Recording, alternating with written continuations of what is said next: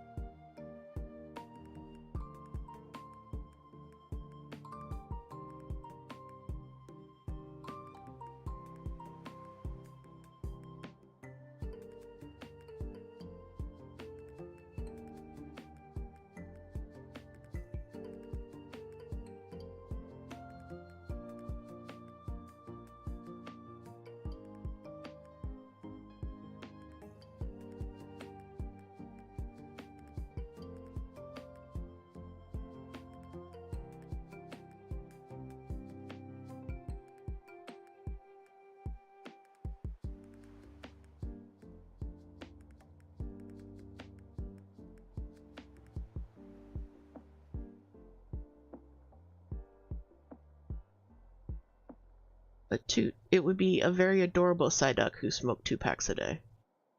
Yes, unfortunately, Toot has also come down with the, I don't even want to say the lurgy, because that's something different, but this cold that I have as well. But hello, everyone! Good morning, Starshines!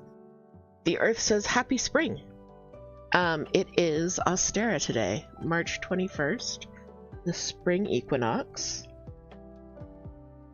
If you are a witchy bitch like me. But hi. Today we have a very, very special stream today. We are going to be streaming with Moon. You can see I've already got her up in my Moon critter cam. And we're going to be doing some tarot readings for you guys, which I am so excited to be doing. So first off, thank you Toot for pouring my coffee. This is new masking tape, so I really hope it stays.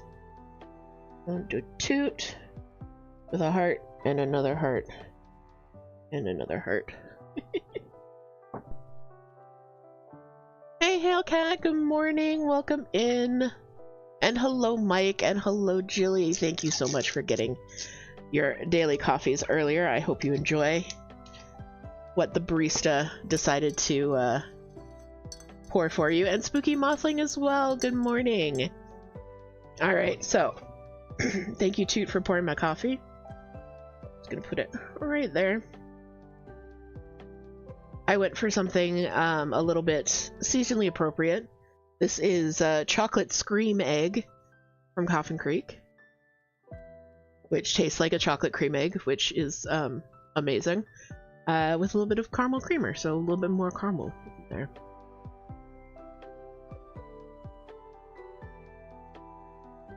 And thank you for the hydrate Toot as well. Did that.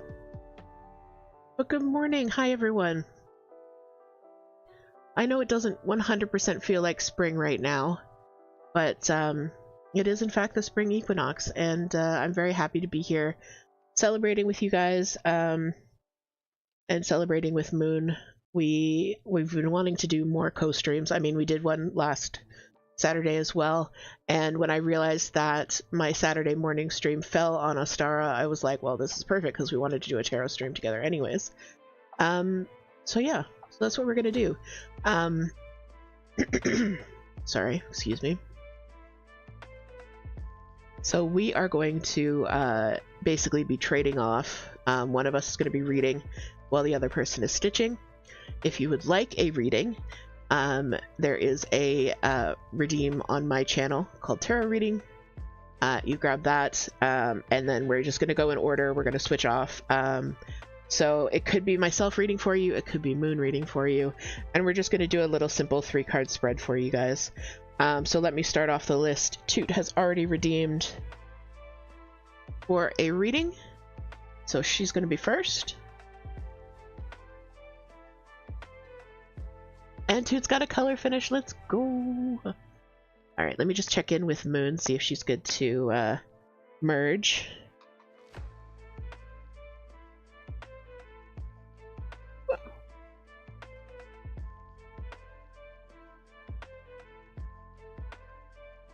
And then we'll have to do all of the usual, okay, do you sound good? Do you sound good? Can you hear me? Can you hear my music? All that good stuff. Although the lo-fi that's playing right now is probably one of my favorite lo-fi tracks. It's Duel of the Fates from Star Wars.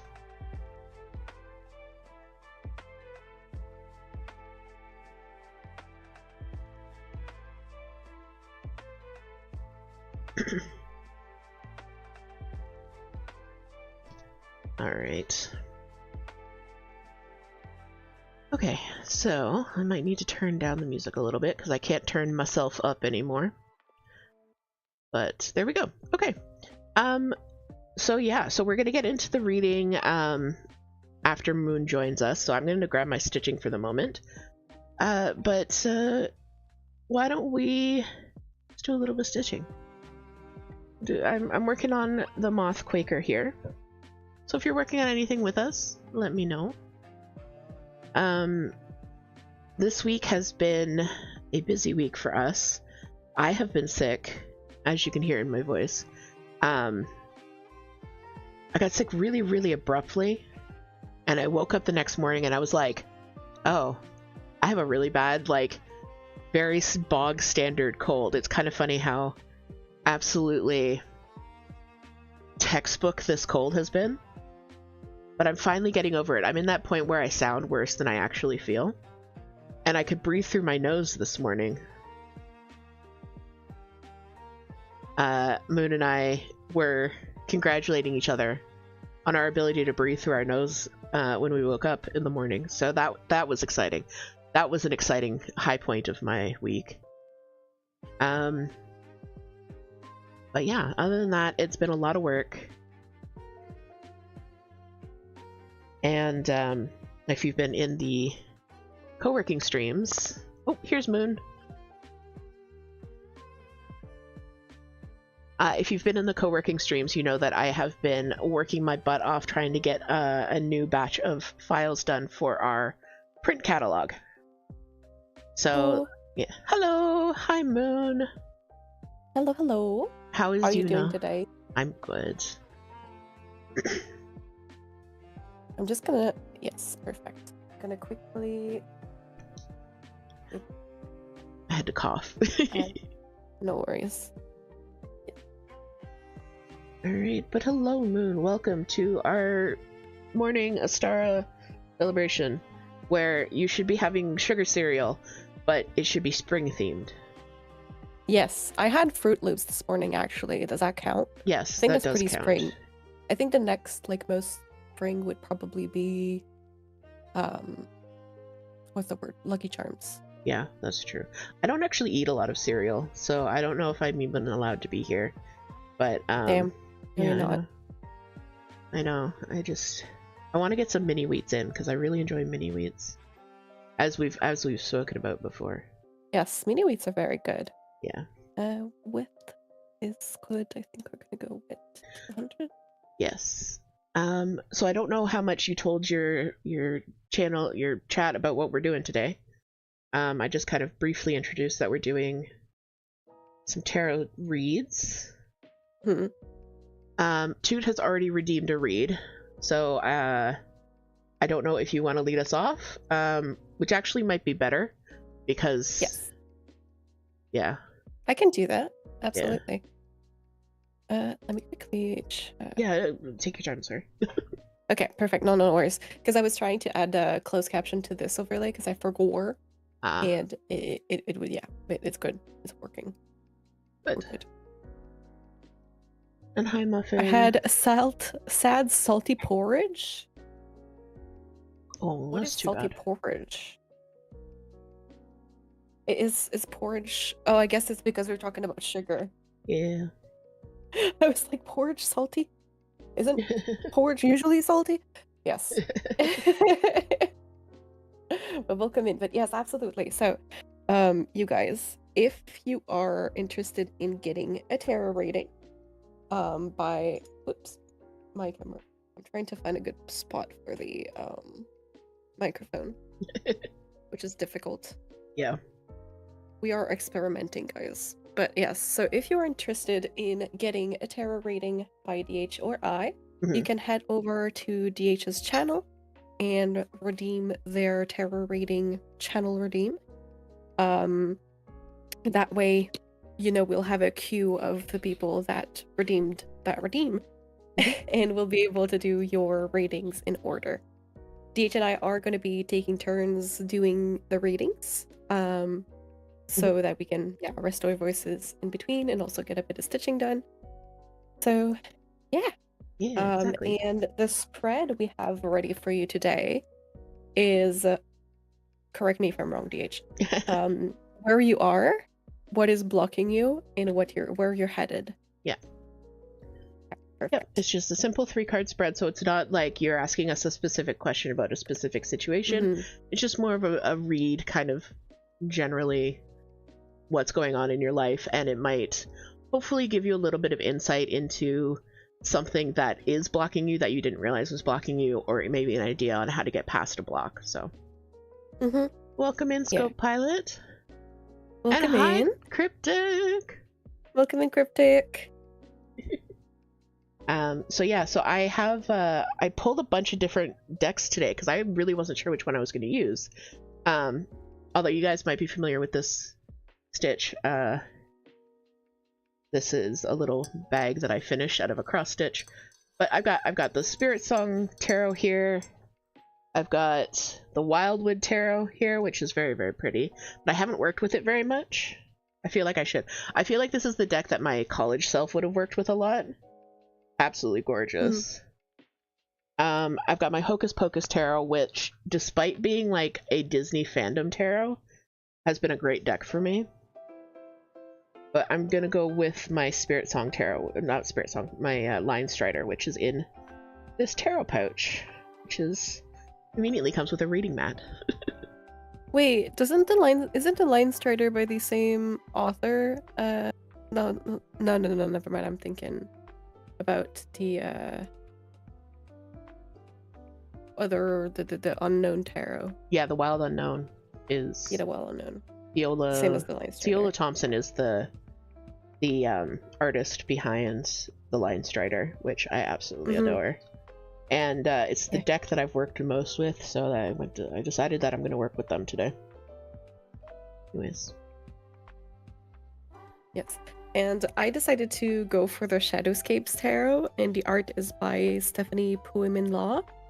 And that deck feels very spring to me. Like, the illustrations have a lot of pastels, they're very soft. It's all like forest themed, nature themed, so it felt really perfect. Yeah, absolutely. So I wanted to show you guys the box, and this is the companion book, and that's the art on the back of the tarot cards. And I've already shuffled them, but I will shuffle a little bit more. Hey Luna, welcome in. And Muffin, thank you for the redeem. I've put you on the list.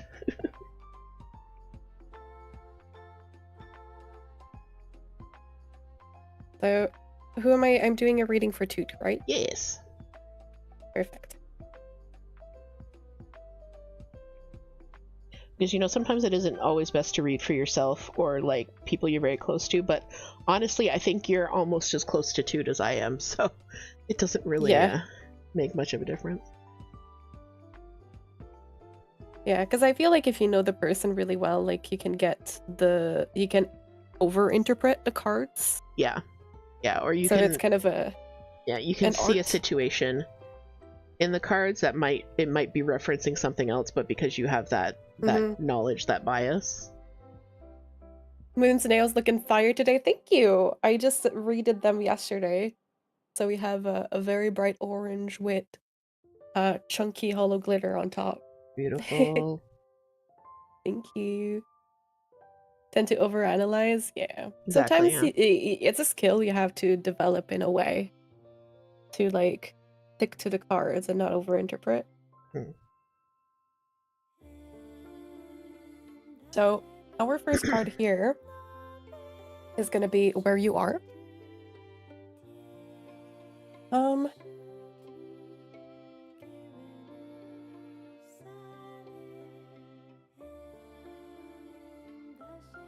So here we have the King of Pentacles,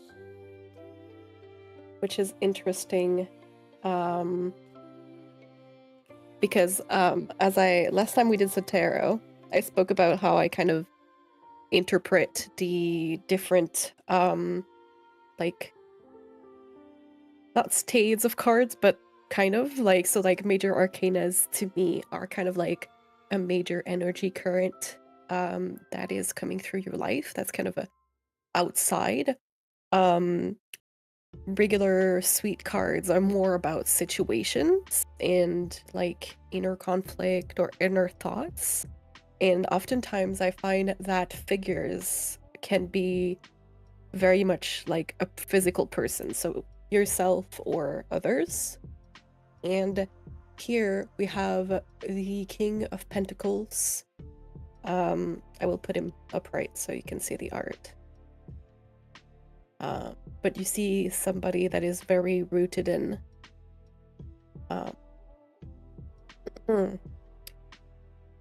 So let me quickly look at the companion.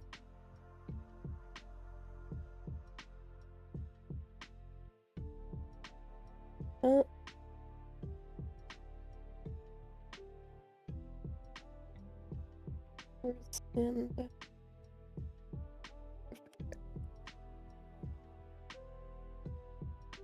oops. So the way that really quickly, the way that I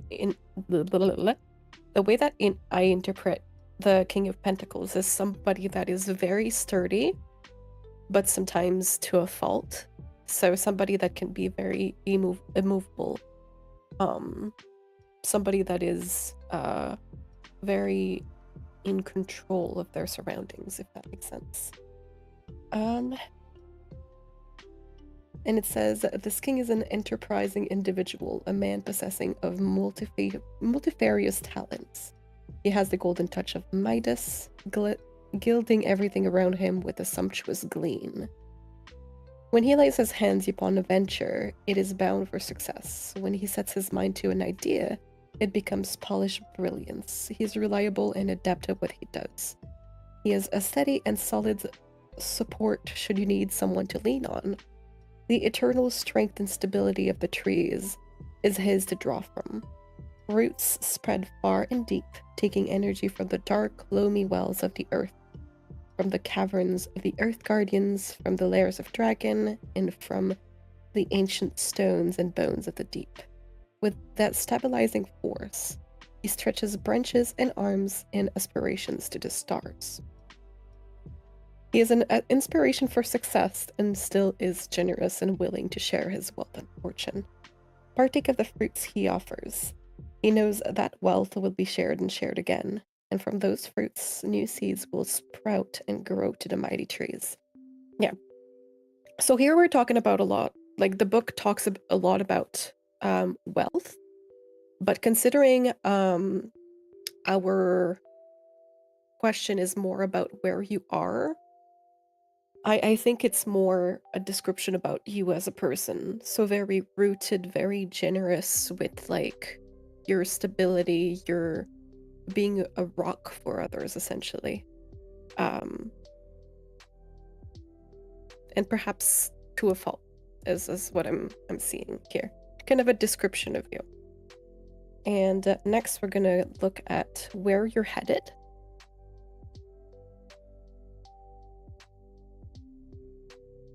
So here we have the Nine of Swords.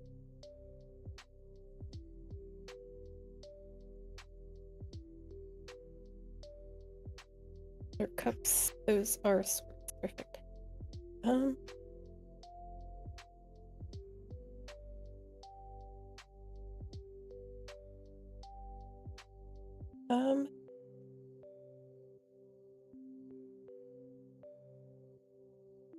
So Sorry. no worries. So it is a card that expresses fear and anxieties and uncertainties.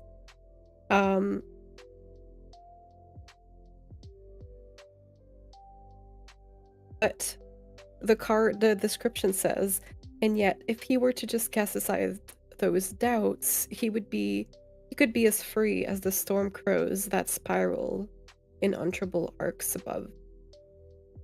So I think it speaks very much of self-doubts and anxieties, but that are not necessarily from outside. So perhaps more about anxieties, because the guide does speak of being able to overcome them. And I think that, with the King of Pentacles being as solid as he is, there is very much like an opportunity for overcoming those doubts. Welcome in, Callie. And I am curious to see like what is blocking here.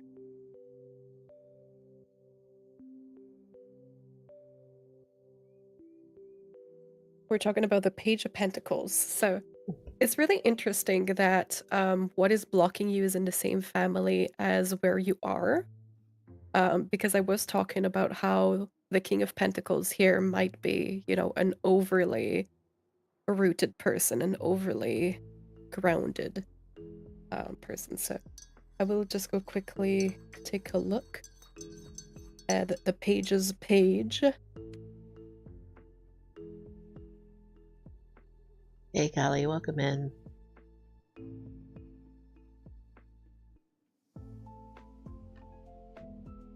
So here we're really talking about opportunity. The Page of Pentacles comes bearing her message for opportunities of growth and prosperity. It is a small spark she holds, but she's just the harbinger for potential.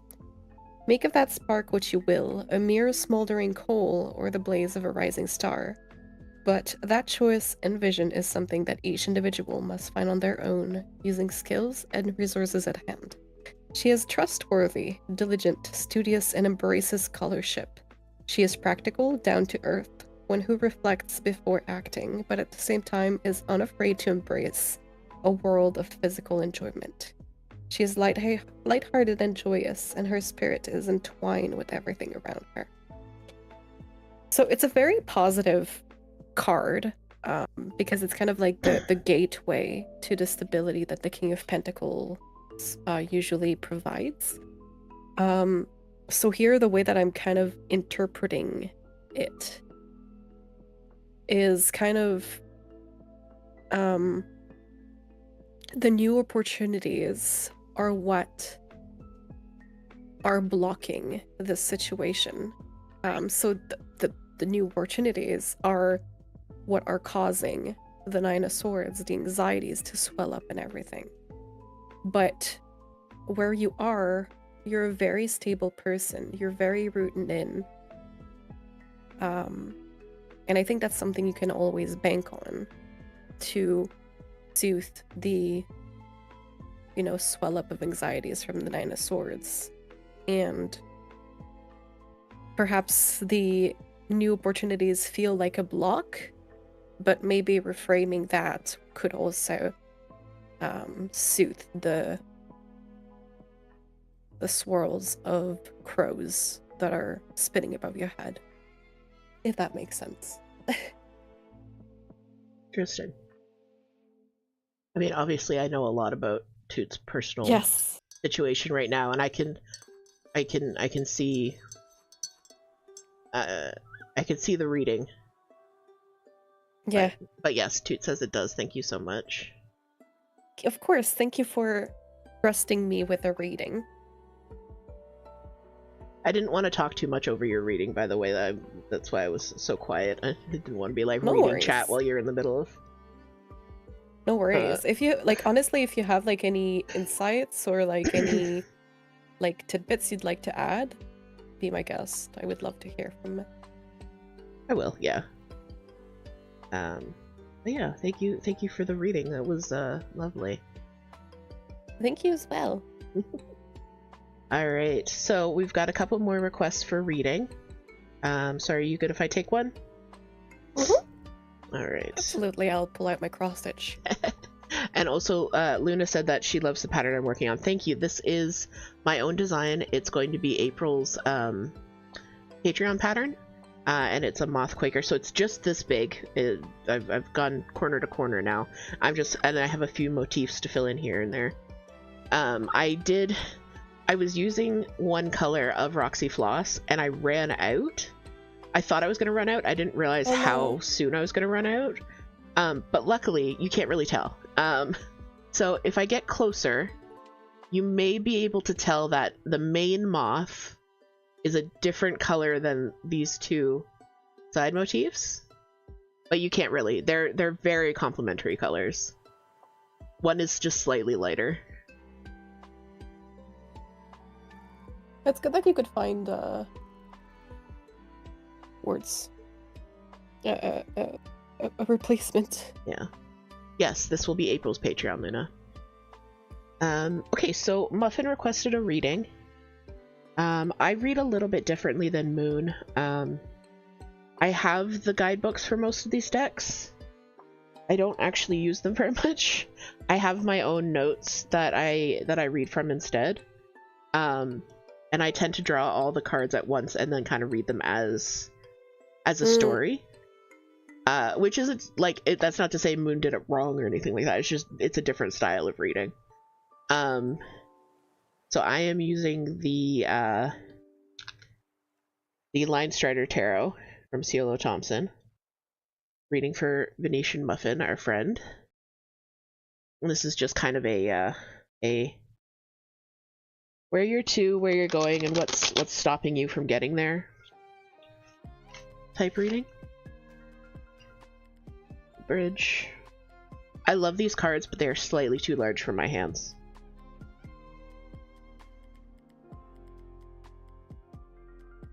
Oh, we got a jumper. Alright. Well, I'm going to take the Two of Wands as where we are. And then I'll do a cut here.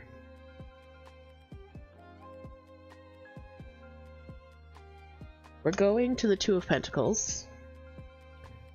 And another cut. And what's blocking you is the Ace of Pentacles. Interesting, very pentacle heavy reading so far, which is, it's interesting because Pentacles is it's a very earthy, it's a very earthy suit, and it is very much tied up with abundance and wealth and money. So this is my Book of Shadows. And I have my tarot resources bookmarked here. Let me just take a quick peek.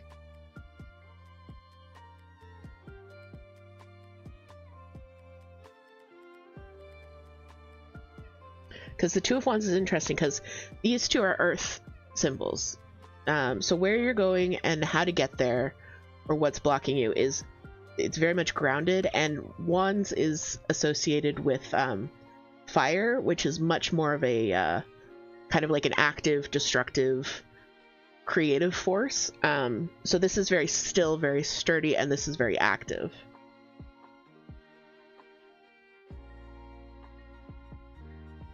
Interesting. And we've got both twos, so you can kind of think of the suits as Ace through 10 is progressing a journey. So in the twos, the Two of Wands, you're in the planning stages. You're prepping for something. You're making decisions. You're discovering new things. You're doing all like the research. But you're kind of stuck there. You're kind of stuck in this research phase. Because where you want to get to is something that's going to be very steady and productive. Specifically, the Two of Pentacles is about balance, and like you can see, he's actually he's juggling a little bit here. It's about finding the balance. It's about finding stability in multiple things and managing your time right and managing your priorities right. So that's where you're going. You're going to a place where you are very balanced, very stable, and you're prospering. But you're stuck here in this, okay, this is how I'm going to do this. This is how I'm going to do this. Let me research 3 different methods of ADHD cleaning hacks. That kind of place, that's where you are right now. And I think what is blocking you, or what you need to do, is you need to start this journey. The Ace of Pentacles, like I said, it's at the beginning of a story, but it's a grounded story. And because Pentacles has so much to do with wealth and abundance, the Ace is about the beginning of that, the manifestation of wealth, of opportunity. So I think what this whole thing is saying, it's you have a balanced future that's going to be productive and stable and sturdy for you, but you need to actually make a step. And that's what the Ace of Pentacles is trying to tell you to do, is you can manifest all you like, but you need to get going. This card has a lot of the marks of spring. It's got the daffodils and the bunny. Spring, new life, new birth, but it is the beginning of something, but it needs to be a physical, tangible, rooted in the earth beginning. So I think that's what I'm seeing pretty clearly from this spread. I don't know if you have any insight, Moon. No, that makes total sense. Yeah. Yeah. Like with the pattern, with the 2 sweets and the numbers as well. Like that's exactly what I'm seeing as well. It's a very balanced spread. Like even the Ace of Pentacles and the Two of Wands, this is a rabbit, this is a hare. Like it's very, I like this spread. It's very straightforward. This is a very straightforward reading, Muffin. And Luna says it very much screams do the thing. And Muffin says I need to get my hands dirty and just stop just planning. Exactly. Just do the thing. Take the energy. This is the first day of spring. This is the equinox. Take that equinox energy and put it into the first step. Even if the first step is making a list. The first step on that list should be, okay, I need to, like, my house is a mess. I need to grab a garbage bag. Grab the garbage bag. Do the first small thing. So yeah, cool. I really like that. Yeah. I love this deck. It's always worked well for me. And it's interesting I got a jumper for you, because I very rarely get jumpers. Yeah. It reminds me last time we did that I did tarot readings. Miko is the only person that I got a jumper for, and Miko told us that like that's how they read their own cards. Like they just shuffle until they get jumpers. Yeah. I thought that was really funny. You are very welcome, Muffin. So the next one up actually is Luna.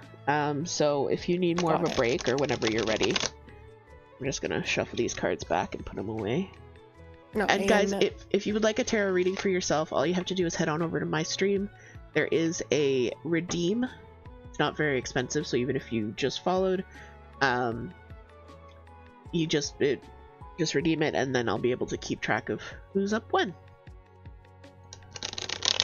Yeah, it's just a way to keep track on the queue. So yeah.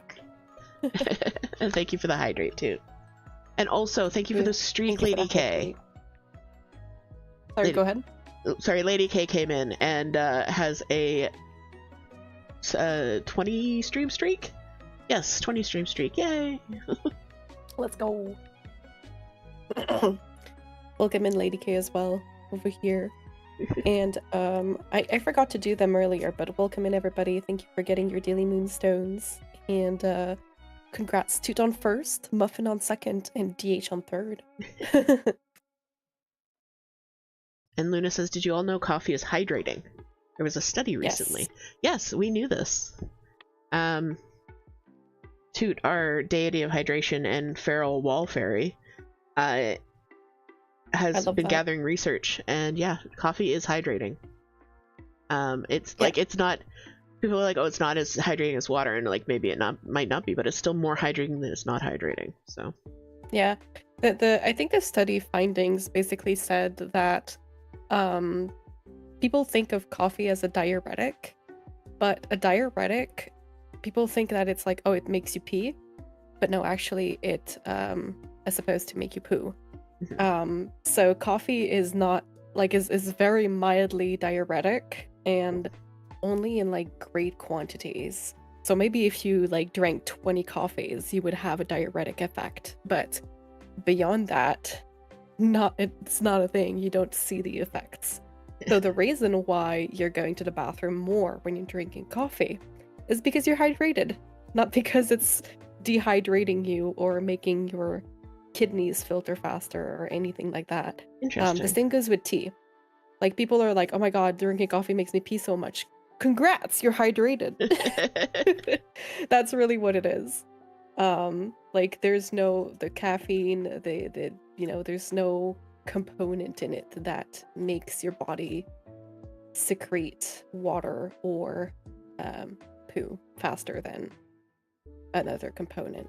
So unless, like if you remain in the healthy consumption ranges, yeah, it is a perfect way to hydrate. So that means I need to drink 20 cups of coffee for science, right? No. And hi, Welcome in, JS. Hey, JS, welcome in. Toot says, that's why I always say hydrate and not drink water. Liquid is liquid and it'll hydrate you. If drinking coffee or tea or Crystal Light gets you to drink more liquid, that's a win. Absolutely. Yes. And Luna said that coffee oils are good. That much I don't know, but the research did find that coffee has a lot of fiber, actually. So if you're brewing it, there's quite a lot of fiber that still goes in the cup. And that's good. Fiber is good, so. Maybe that's why you poop more. That making you more probably. regular. Like, honestly, that probably has more to do than the diuretic effect that you barely get. Okay, so I need to keep drinking coffee for my gut health. Got it. Exactly, yeah. They recommended black coffee for his liver? Oh. Interesting. I have a 3-liter hydration goal. Most is water, but the rest is tea and soup. Very good.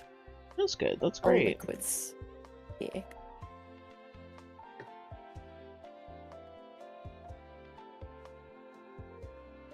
Jumper. Ooh, we got a jumper. Yeah. It's the 2 of Pentacles as well. Interesting. Which one was a jumper for you? It was the 2 of Wands. That's funny.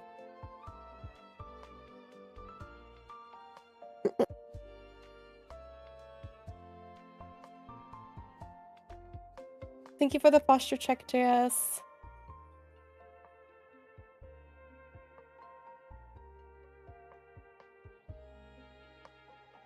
So, 2 of Pentacles, like DH was saying just earlier, is a card that represents stability. And here we also have like our little guy juggling with coins. And that's really pretty. He's also, like, on this card, he's also balancing on... I muted by accident. He's also balancing on a very precarious platform, which is really interesting. Like, I think that it's very much finding balance in your surroundings and in your physical space despite the odds, in a way. You're kind of creating it for yourself. I will double check myself.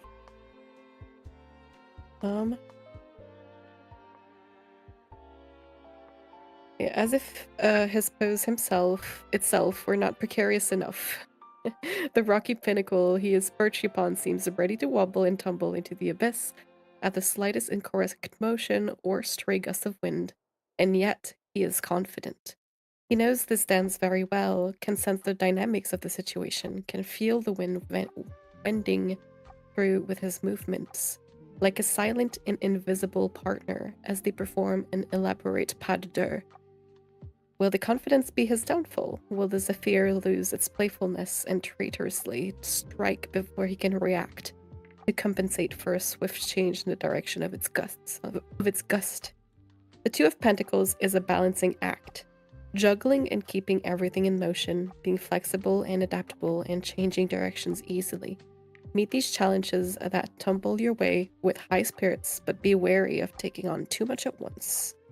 So it's really interesting because, yeah, we see like the balancing act, but it does give the companion book does give a warning about taking on too much, or how it's not sustainable for forever, perhaps.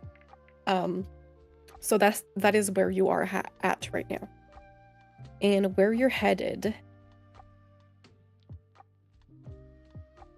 is the Two of Wands. Wow. Yeah, I know, right? So, and I picked it up reversed, but I don't usually do reversed card readings. So that's why I spun it, and because I think that all cards inherently have the positive and negative. And whether you're reading it as a positive or a negative depends on the spread, not on whether you picked up the card upright or upside down. But yes, we have the Two of Wands as well. So where you're headed is very much active, and compared to the Two of Pentacles, which is balancing despite the odds, it feels like the Two of Wands is making your own balance. Like, it's very active. And you have like a lot of felines for friends here, which, like the lion with the horn here. In general, felines have this kind of like fickle energy in a way. And that's kind of what it feels like for me, like kind of going forward on a whim.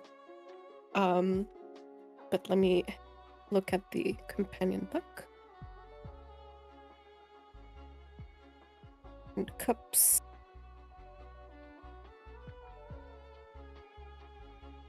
Words. One.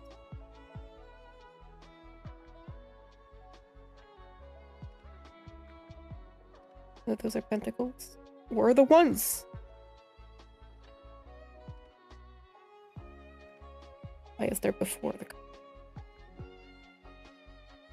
Okay.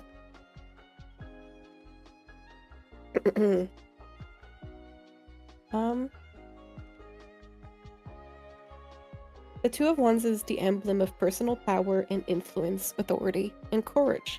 Now is the time to be bold and inventive, and not to shy away from doing what is necessary, but also beware of letting the intoxication of power cloud mind and judgment.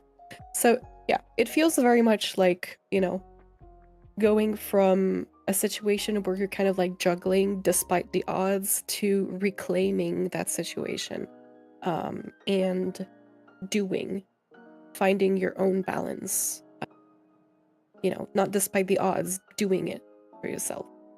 And we'll draw a card for what is blocking you. And it's the Fool. I was gonna shit if it was the Ace of Pentacles. That would have been so funny. I also see it as they're not alone in their journey too. Yeah, that would be a nice way to see it. The twos are generally about, especially for the Two of Cups, it's about companionship. Mm. So, like, there's not necessarily aloneness in those, in finding that balance for sure. And the Fool, as we know, is new beginnings. It's kind of like yeeting yourself down a cliff and hoping you'll float, hoping you'll fly. It's also about originality, creativity, skill, willpower, but here definitely self-confidence. Um, it's about grasping the unseen and harnessing it to become reality, drawing forth the ineffable into the material realm of existence.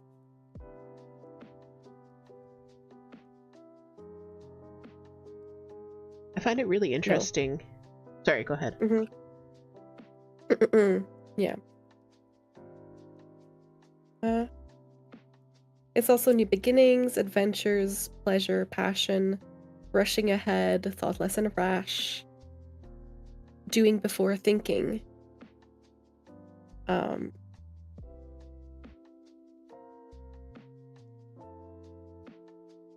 Unlimited possibilities opening up for the seeker.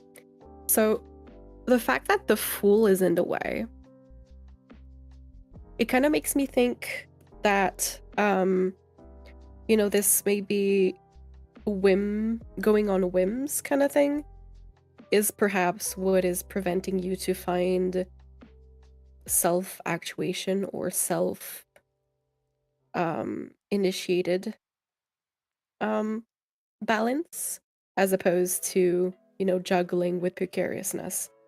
Because if you're taking things as they come and kind of like throwing yourself in down a cliff without really preparing for it first, you do end up having that juggling act to do daily.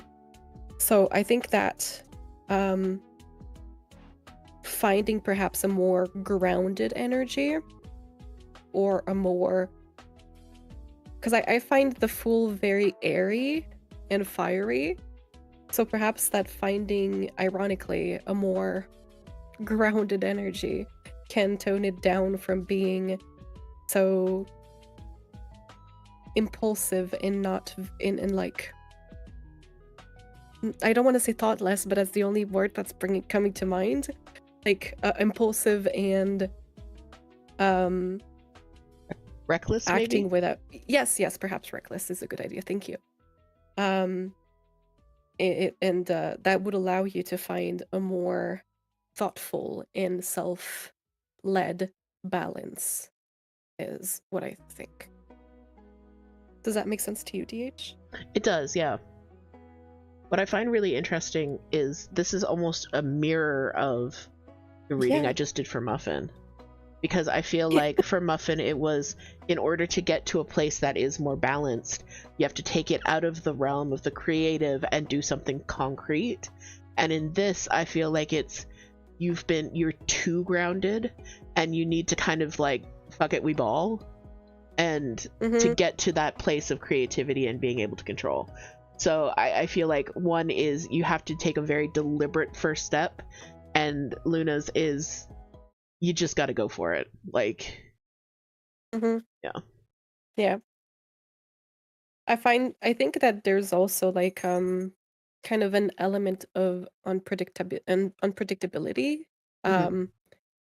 because this might not be, the Fool might not be Luna acting recklessly. It might be just like random things popping up that are kind of like out of the control, which they're currently like always juggling with. Like new situations always popping up without a warning. Um, so yeah, like basically taking the bull by the horns, and I think is a good way to reach the two of wands. yeah. It's an interesting reading to come right after Muffins. And I love the way that it shows that the same cards can give you different messages depending on what cards they're with. Yeah, absolutely. Yeah, my life is very unpredictable, and I've been making a conscious effort to try to tame my reaction a bit lately. Yeah, I think that's a good way to go about it. Because, you know, although we can't really do anything about what life throws at us. Um, Always being in reaction mode can be very unsettling. So Hmm. if you can find some stability or some predictability, that can be very soothing sometimes. Yeah. But yeah, thank you for asking for a reading, Luna. I hope that was insightful. And we do have another reading request. I am going to Hmm. start it. We might have to take our ad I break was in the middle of the read. I don't know mhm. if I want to do I was that or wait. wondering, Yeah. yeah, I was gonna say, do you wanna like stitch for a bit and Yeah, let's do that. So, we Lady can K, I do will it coming get to back from your the break. reading after we do our ad break in about 8 minutes. So, stick around for like 10 Yeah. minutes and you'll be good. Yeah. Yeah. Because I don't think I can, I don't want to rush it, and I don't think I can do a good read Mhm. in that amount of time. But, Yeah. and Jack, I don't know why I keep saying Jack Sam. I know it's JS. Thank you. This is the Moth Quaker. Uh, and it is going to be April's Patreon pattern. Yeah, so if you're interested in getting that pattern for yourself, make sure to join the Patreon. Actually, I have a command for that. Let me just quickly. My keyboard is like all the way over here because I have so many cards and stuff on my desk. The L1. Tid got it. Yeah, so check out the shop and check out the Patreon. So this pattern will, because April is our birth month, both mine and Toot's. So Birth. birth. So as you know, moths are like Toot's thing. So I kind of designed this with them in mind. So yeah, that's why it's April's for their birth month. It was originally going to be August's Patreon because August is when our anniversary is. But yeah, Thank you for the hydrate too. thank you. Hey, Commander, welcome in. Welcome in, Commander. Luna says, my heart is racing. This is the second reading I've had in the last few weeks that kind of affirms that my move might be the best course of action if done right. Oh, sorry. Bless you. Yeah, Luna, I'm glad I was speaking to you. yeah. I mean, even with the the Cryon cards that I pull during my usual Saturday morning streams, um, you can find something of value in them, even if it's not like, uh, even if it's not the most apparent message of the cards. It's speaking to some part of your life, and then sometimes it's not speaking to you. Like in very rare occasions, I find that I will do a read, and I'm like, wait, this is not for me. This is a message for someone else. Yes, that has happened to me as well before. Yeah. Like Aw. it feels sometimes like strangely enough, I will be unfocused when you know shuffling cards when I'm doing readings for myself. Mhm. So if I don't like focus on like my intention a lot, it feels like it's kind of a mixed bag, mixed grab bag. What comes out? Yeah. Oh yeah, I get that. A lovely day to slay the spire, isn't it? Yes. Yes. Let I us slay wonder some what Commander spires. and JS are gonna do. Commander, are you off today? Is your internship like a regular Monday 9 to 5 type deal? I He mean, doesn't Moon, have you can ears answer on, that. Okay. but typically yes. Okay. Like they are basically like it's kind of like construction Hmm. industry work. So hang on. Yeah. Had to sniffle. So they have like projects with deadlines and they kind of like work to meet that deadline. So they Okay. do regular like Monday to Friday, but they will do overtime if necessary. like Commander was telling me that next week they might have to go on Saturday if they're not done. Mhm. Um, Makes sense. and this week they were already doing overtime. Yeah, This is just so that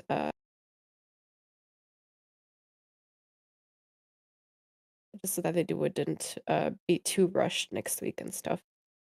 makes sense. But yeah, it must be Commander nice to has have a day off. ears. Yeah, he was really happy. Yesterday he was like dead on the couch. He was like, "I'm free for the weekend." Yay! Everybody's working for the weekend. Yes. And it's funny because it had been almost 2 months of him like being between school and his internship. Mhm. So it must be pretty weird to like have weekends again where like you're working all week and you're like, oh my god, it's finally the weekend. Yeah, like structure. Yeah. Hey, Nastasia, Welcome in. welcome in. Yeah. Ooh, yeeted my needle. Think. Oh no. Hope you're having a good Saturday morning. It's really early for you because Nastasia is EST. It's really early for you, Moon, on a Saturday. It is. Wait. I thought Nastasia was like PST, but then at a different stream they were talking about being from South Carolina. So now I'm confused. I don't know anymore. Maybe I'm misremembering. Anyways, good morning, Nastasia.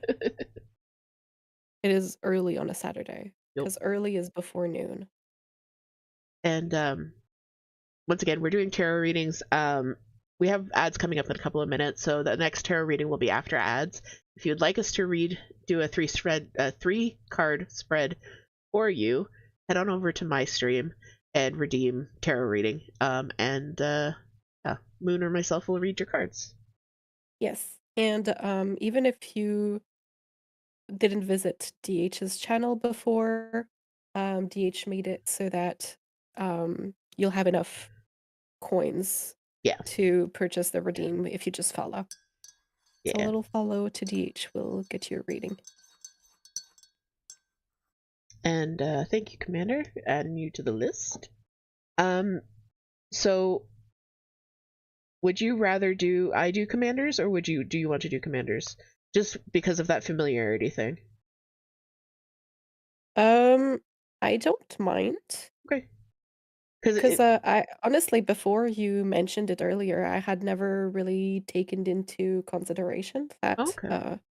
there's like that familiarity bias, Yeah. which makes complete sense. But I've Oh. only like before I've only done rating for people that I do know, like besides on Twitch.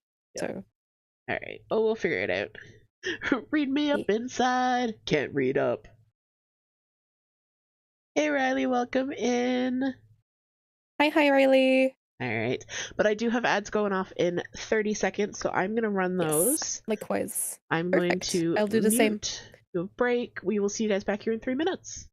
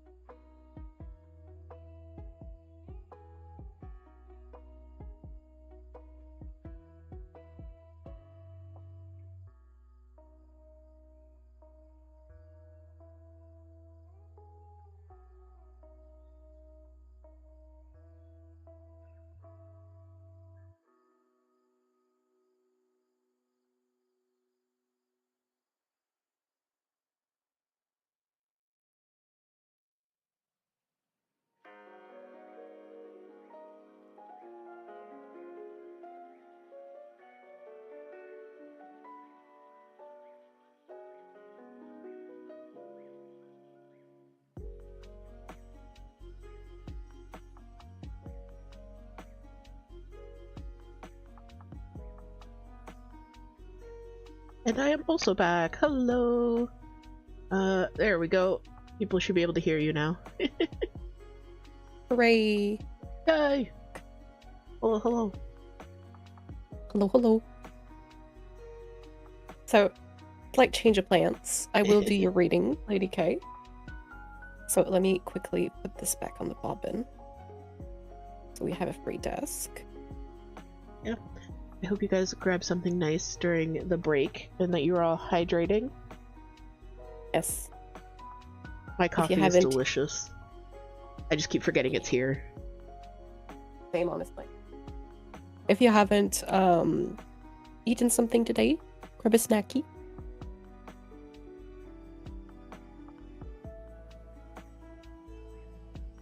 So, yes, Lady K, are you around? I wouldn't start reading if you're not. Hopefully you are. If she's not, I'll move on to Commander. Hello. Oh, hello. Perfect. Thank you, Lady Hello K. there. And thank you for your patience as well. So today we're doing tarot readings as well as stitching for Ostara. And our tarot spread today is where you are, where you're headed, and what is blocking you. And I'm using the Shadowscapes Tarot by Stephanie Plume-in-Law, which gives me a lot of spring vibes. And if you guys would like to get a reading done by either of us, you can head over to DH's channel. They have a tarot reading channel ready. And we're doing it on one channel so that we can keep a queue going.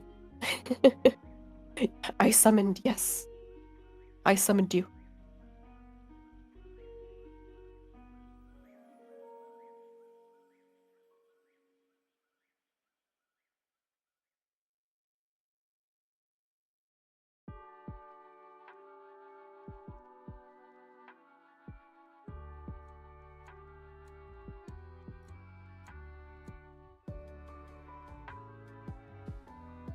Here we have the Nine of Wands. So the Nine of Wands is really interesting because it's, you know, almost the completion of the journey of the wands. So it might be feeling like you're almost there. And there's a kind of frustration with it because wands very much represent like motivation, like the energy to do. They're very Martian. And if you guys are into astrology at all, I always associate wands with the energy of Mars, which is like a very fiery planet. It's a lot about what drives you, what fuels you, kind of like Aries that are all about starting stuff. Okay, wow.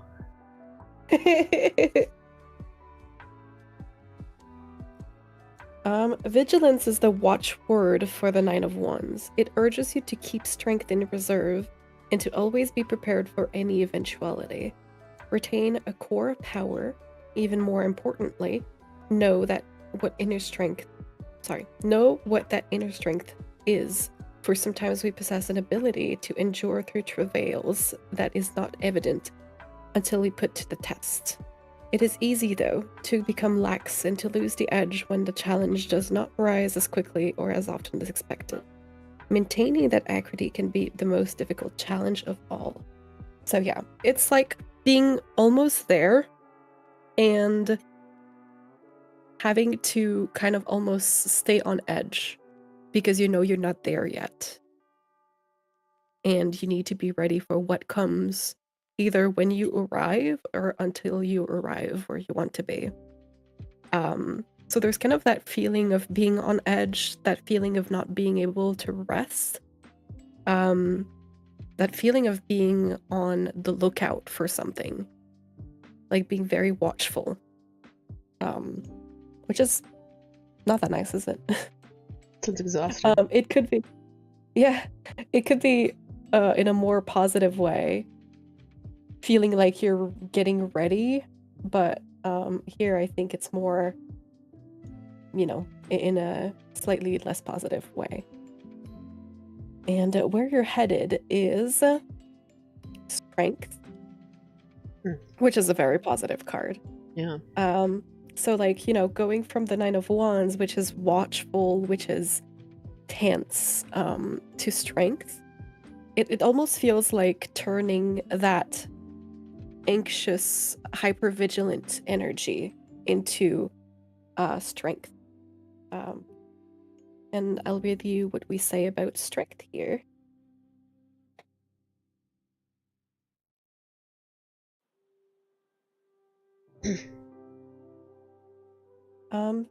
Courage, calm composure, and patience. Compassion, persuasion, and self-control, tempered force. One must have faith in success, though it might not come at once, and it may not come very easily. The lion is fierce, and the fire he guards is a flame that burns. Strength must be tempered sometimes. Unshakable resolve is what will see through to the desired end. So, to me, there's very much like a shift in energy. Here we're really talking about like being watchful, being vigilant for what may come. And here it's more like a calm strength of, I can take on anything that shows up. Yeah. Which is a really nice transformation to see. And let's see what is in the way for that. I like that idea of like calm confidence in, I don't have to be hyper vigilant because it's gonna be okay, because I can handle. I got this. Yeah. And what is in the way is the Eight of Pentacles, which I'm not super familiar with. The Eight of Pentacles embodies a craftsman, someone possessing great patience and who is attentive to details. It is a call to be absorbed in a project, to seek out knowledge and pursue a higher understanding. But this must be done with practical experience, using one's own hands and body and mind to create. This is often what is required to achieve success. Practical application of intellect and skill to a task to see through the finish. So I think here, like, because, the Nine of Wands is very emotional, very energetic, strength is obviously about embodying the energy of calm powerfulness. Here we're talking about grounding that energy, I think, more than, we talk about creation and craftsmanship.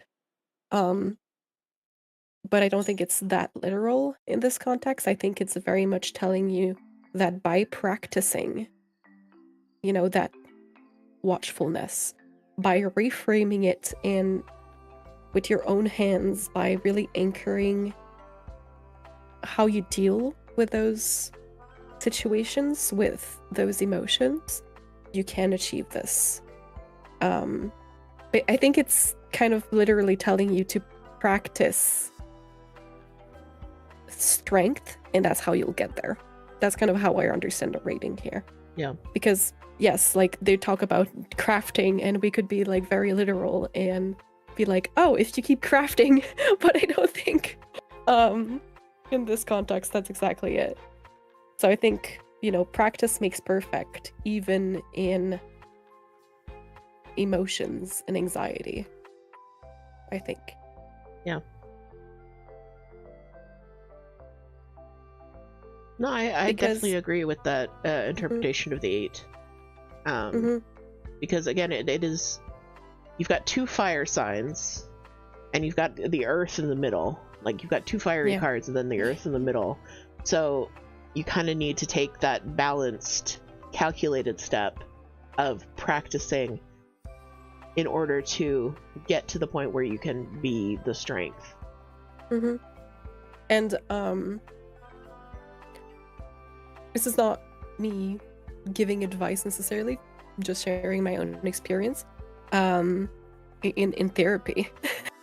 Like, my therapist and I are working a lot on reframing, and when I feel like that watchful, anticipatory energy, she kind of always brings me back to my skill set. Like, you can't stop worrying because look, you have those skills, and those skills to deal with anything that comes up. And that kind of helps me ground myself and be less in a hyper-vigilant state and more into, you're right, I do have skills, I'm a skillful person, and I can actually deal with anything that comes my way. And I feel like, in a way, practicing reframing that and practicing, putting those skills to the test when you do meet challenges, that's what can turn that hypervigilance down a bit. So the Which Eight kind of, of so the Eight of Sorry, go Pentacles is saying, go to therapy, girl. Yes, that could be a very literal way to practice.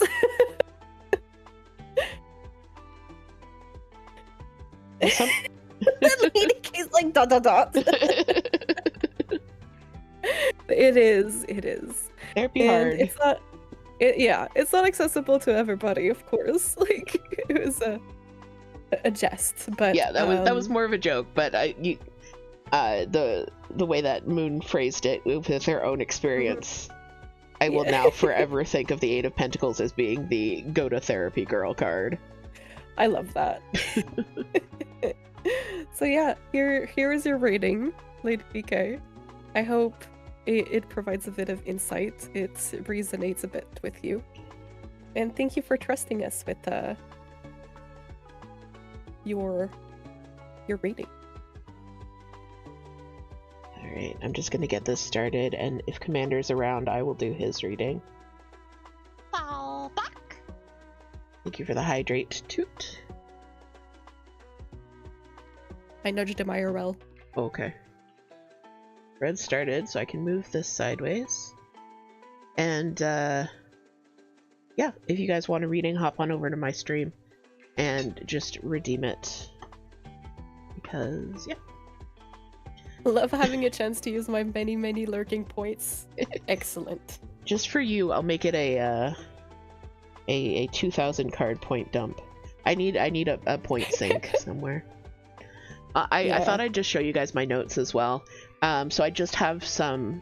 This is the Major Arcana. Ooh, Cups. I love that. Pentacles, Wands, Swords. So these are just kind of like the bullet points for each card. And I compiled these from several sources, but also just from my own experience. I really like that. Yeah. Like, when I was working with tarot quite often, I would sit down with the cards and like really think about the meanings of them and my personal experience with like how they've shown up in readings for me. Like the Nine of Pentacles for me has shown up many times, and it's kind of like my hustle hard card, which isn't the general meaning of that card, but for me, I associate that card with hustle, so that's how I tend to read it. I really like that. When I was doing more tarot readings, I had a notebook in which I would like, write the spread that I did and like write with the cards, and then I would write my interpretation of them. Mhm. But I never did like a standardized like list of what the cards mean to me. I really like that. Yeah, and I find it easier to read with just for me with just the bullet points, because I can the cards are telling me a story, and this is telling me the story beats, and then from there I can see like I can see the bones of the story. Yeah. Commander wants the King of Tentacles too. Oh goodness. All right, so let's shuffle up the cards for Commander here. So top card is, this is where you are. The Knight of Cups, interesting. And then I did cuts for the other ones, so let's do a cut for where you're going. Where you're going, 6 of Wands, interesting. And then what's blocking you? Vendor. King of Pentacles is what's blocking you. That is so funny. That is so funny. All right. So let me just take, so no major arcana in this spread, which is interesting, but also very strong masculine cards, like masculine energy. Like, I don't like saying like this is a man and this is a woman, but because gender is whatever, but there are like more masculine and feminine energies, and this is a very like masculine heavy spread. But the Knight of Cups, because Cups is very much about emotions and thinking and intuition and like lowy loosey goosey and romance, like especially the king cards, the suit cards, not suit cards. Mm-hmm. What am I trying to say? Court cards. So the Knight of Cups is about romance, basically. Like as soon as I flip it, I'm like, oh, okay, this is like Romeo card. That kind of like romantic charm, surface level stuff, which can often lead to insecurity and hurt feelings, because it is very much a surface level romantic charm for the Knight of Cups. He's here to sweep you off your feet and then not do much else.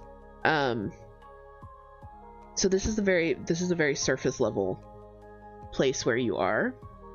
Where you're going, 6 of Wands is interesting because Wands again is a very active, fiery card, and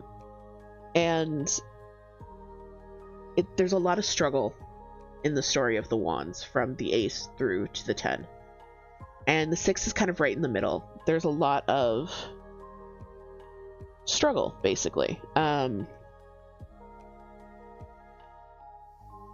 However, the 6 of Wands, you can see he's got his little crown of laurels. This is a place where victory has been achieved. You're confident. This is not a surface level card. This is, you have been publicly recognized for the awesome person that you are.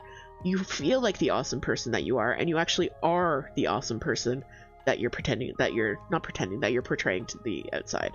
So we're going from kind of surface level to being a very confident, publicly recognized person, know who you are, you've overcome a lot to get to that place. So that's kind of like the two male figures that I see in this spread. And then in the middle you've got the King of Pentacles, which we've spoken about the King of Pentacles. It's a very male presence. It's a very solid male presence. And I think in this case, in order to get from here to here, what you have to do is either find someone in your life who embodies the King of Pentacles and use them as a mentor, or just kind of try to take on the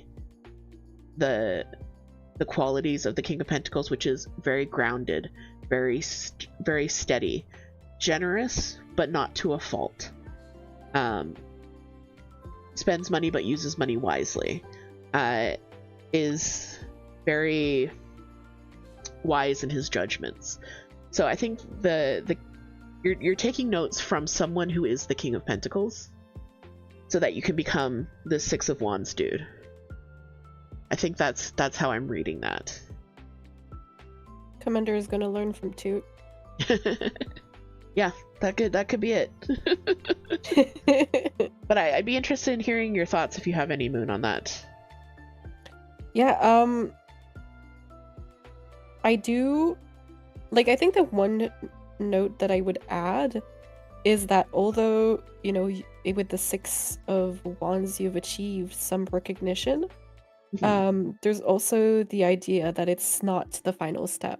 Yes. Because, like, I think that in numerology in general, 1 is new beginnings, 2 is finding balance, 3 is usually like a hurdle or something you must overcome, 4 is like stability and either stagnation, 5 is when you reach a plateau.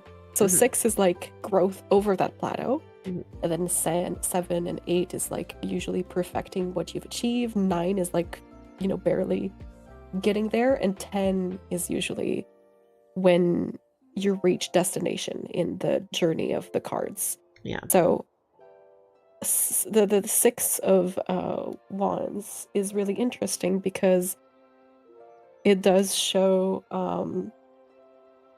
having achieved and being seen as having achieved success. But there's probably like a warning in there in like, you know, you will likely get 7, 8, and 9, which are still struggle cards. Yeah. So it's kind of a peaceful time before traveling again. And I really like what you said, because this card has a laurel wreath, but it is also saying like, don't rest on your laurels. There's more struggle to come. Yeah.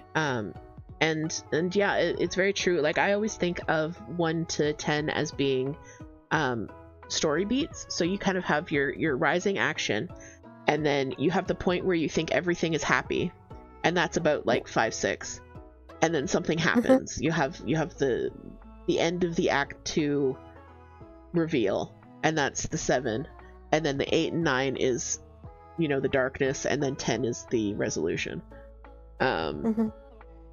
So we're kind of like, this is the end of act 2 where everything looks good, but there's still 12 minutes in the episode. Yeah. So keep the King of Pentacles number, because you still might need advice on how to get through to the end of the journey. Yeah. But yeah, so that's a very interesting reading for you, because it is a very, very masculine, and even though we have the Knight of Cups, which is a very flowy card, I feel like it is quite not grounded, but very,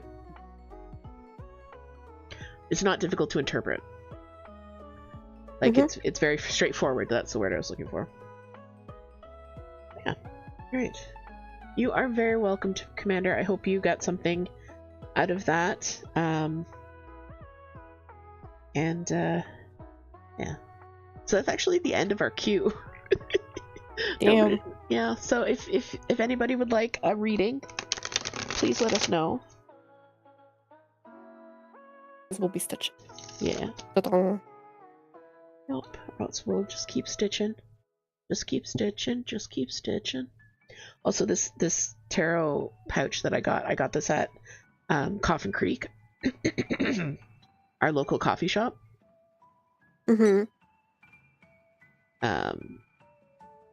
And I love it. Oh, Kali, thank you so much for redeeming the reading. Welcome in, Pyro. Fall back. Indeed, we're gonna build a Flesh Yoshi temple. Oh goodness. Thank you for the hydrate. So Kali's up for a reading. Are you up to doing it, or do you need more of a break? No, I'm good. I can do the reading. I need to hydrate and refresh my throat. Perfect. Yes.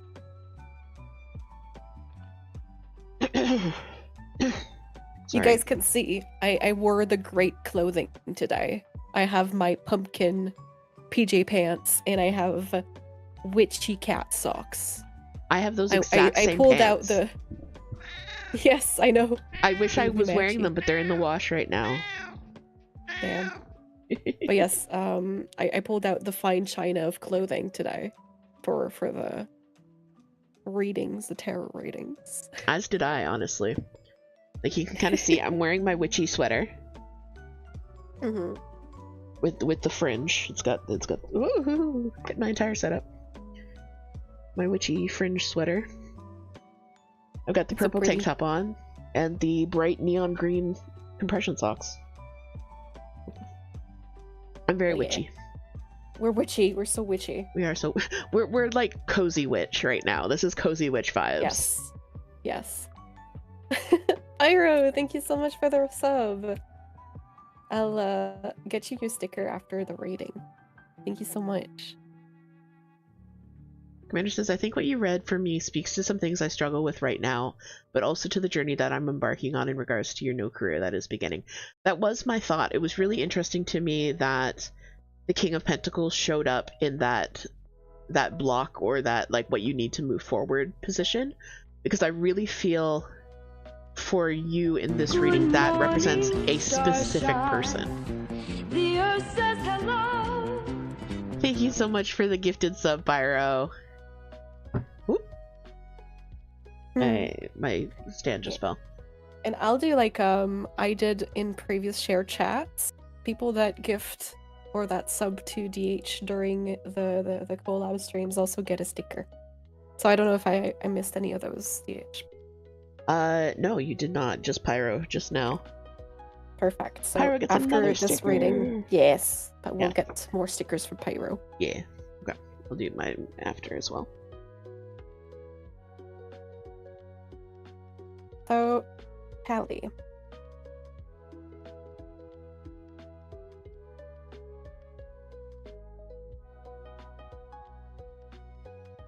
Oh. I'm so sorry that you're dealing with this right now, Kelly. Oh no, what is it? I can't see it. The tower. Oh no! So the tower is usually, like the card that people are scared of, between quote marks. I would rather get death. because- I would rather get the devil. The tower is... Yeah. Yes. Like, usually people are really scared of the devil because of, like, the imagery, and the stereotypes associated with it. But the tower, typically, is the scariest card to get. It's not that scary. It's just obviously, like, the symbolism in the card is very, like, scary because you're seeing a tower that is getting struck by lightning, it's catching fire, it's broken down. That kind of says it's up to no good. However, the meaning is not that terrible. It just means it's a huge change. It's a very transformative period. And that is where you're at the moment. It might feel like there's an abrupt cut from before to now. And it's a lot of adjustments, but let me see what the book has to say.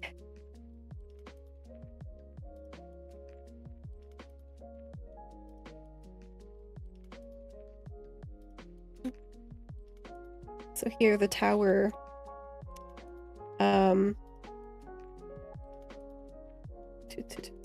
meaning. Okay. Yes. So it says catastrophe, sudden change, crisis, releasing all emotion, suffering a blow to the ego, revelation, and seeing through illusions. A necessary disruption to the status quo, violent and explosive, upheaval as the only way to break through the long-established patterns. Fantasies shattered by the harsh and brutal hand of reality, making a clean and utter severing from the past. It is time to re-examine belief structures and opinions. So, yeah, Lady K says, I mean, it's change, and change is good, just not at a pace you can control. Yes. Mhm. So, yeah, like, tower is usually, like the book says, a big change, but for the better. Like, it's a necessary change in the status quo. But it doesn't come at a moment where you were ready for it, or where you expected it, where you're ready to make that change. It's kind of an external force being like, yeah, you have to change things. We're here to fuck shit up, and, you need to adapt. So if that does resonate, I do hope that you're okay. And that period of change is not as troublesome as the card or the book may imply. but that, a very tumultuous period of change is what this card indicates in general. And where you're headed is strength. So I'm not rigging the cards, guys. The cards are speaking. So like we were talking about earlier, strength is a card that shows courage, stability through power, through self-knowing, through self-confidence. It's kind of the assurance of knowing you can face and take on anything and everything, and you'll be fine because you have that core to sit back on and know that you're going to be all right. So a very tumultuous period of change can definitely blossom into strength, because change, I kind of see change sometimes as how to say, the pressure in the crust of the earth that turns carbon into diamonds. Sometimes change, forced change, is something that can be beneficial, even though it doesn't come when you're prepared and everything. There's definitely some changes that, if you're able to adapt and take the bull by the horns for the situation, turn it into that sort of resilient strength that strength speaks to. And the block in this situation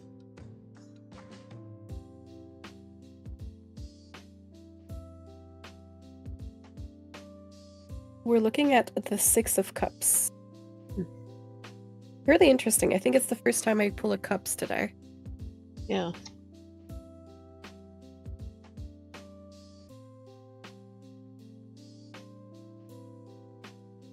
Interesting.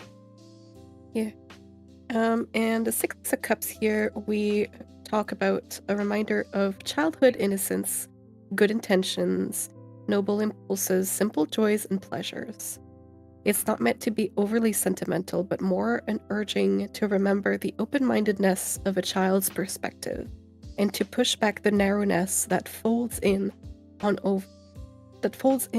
you over time with the complexities of life and responsibility.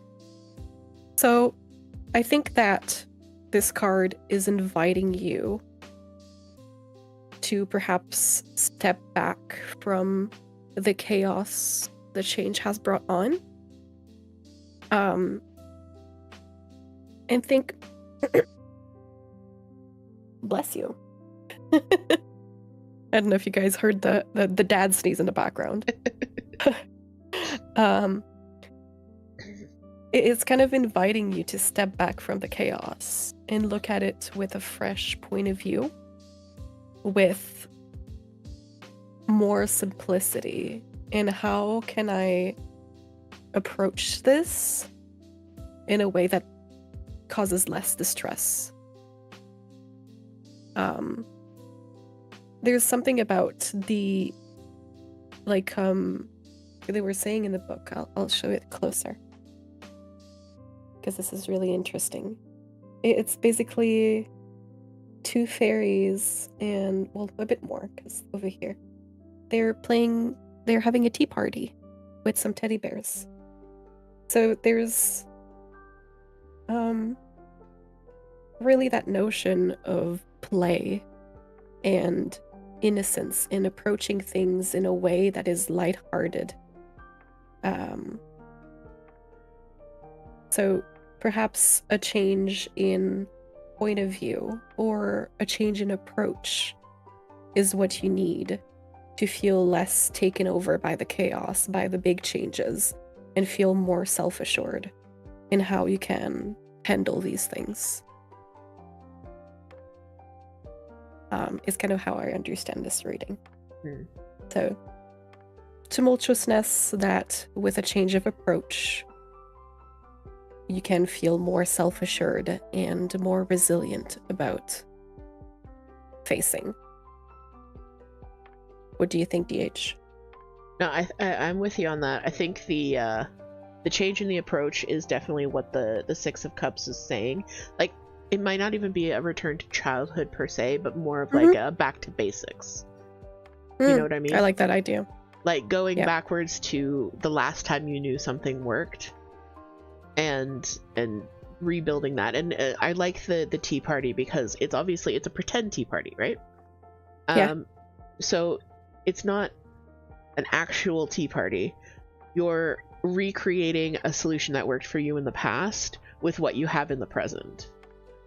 I really like that more tangible interpretation of it. Thank you. Yeah. Lady Key says, "Get whimsical, fool." Pretty much. Yeah.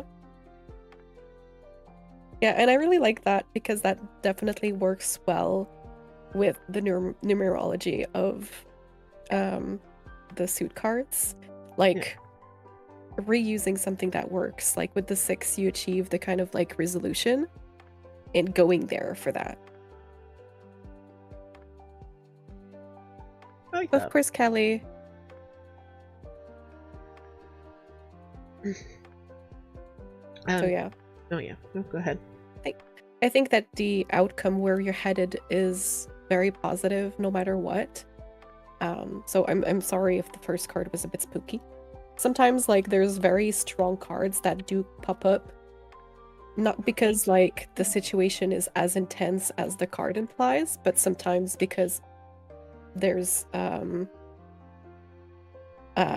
better card to represent what is going on. So, you know, might not be like that traumatic of a change or something, but yeah, change. And I just had the Hermit pop out.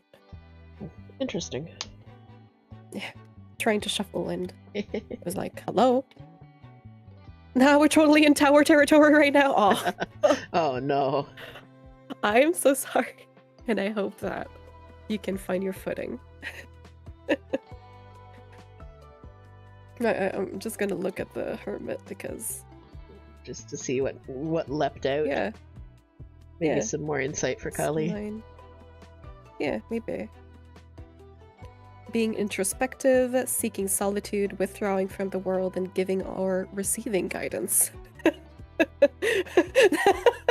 I was like literally talking about how like sometimes the cards pop out when you know they it's just like the best card, whatever, and like the deck is like, yeah, I'm giving guidance, bitch. Yep. Listen to me. The Hermit is an inspirational friend and teacher, and his help can illuminate the secrets of one's own mind.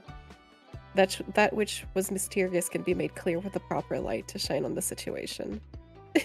So I think that's very much the deck being like, yeah, I gave the tower because I'm a guide. Hey, listen! Exactly. Perfect. Yeah. Thank you, deck. And that's kind of what I've experienced with this deck. It's very soft and it's very gentle. Like I have a deck that's like my traditional Rider-Waite Smith is like an absolutely sarcastic old man. Like he just like gives shit to you straight, like no sugarcoating. Mm-hmm. Whereas with this one, like it kind of like takes your hand and guides you. Which, you know, in this case it was like the tower, and it getting the tower is never nice, but yeah, that's what it had to say. That's what it had to say. Mm-hmm. So thank you for trusting us with your reading, Kelly. So I'm gonna get Pyro another sticker in my book. And then Toot had a good idea. If there's no one else who wants a reading at this time, maybe you and I could read for each other. We could. Yeah, because I haven't had a reading done in ages. Neither have I, honestly, and neither have I done a reading for myself. Like I've basically only pulled my tarot decks for stream in the recent 2 years. All right. Yeah, we were talking a little bit about that before stream, Moon and I, about how like we just don't pull our tarot decks out and we want to. God. Pyro is gonna get a small small green next to his big green Aw. dragon. I gave him a small it's a mama and a mushroom bebe. next to his big flower.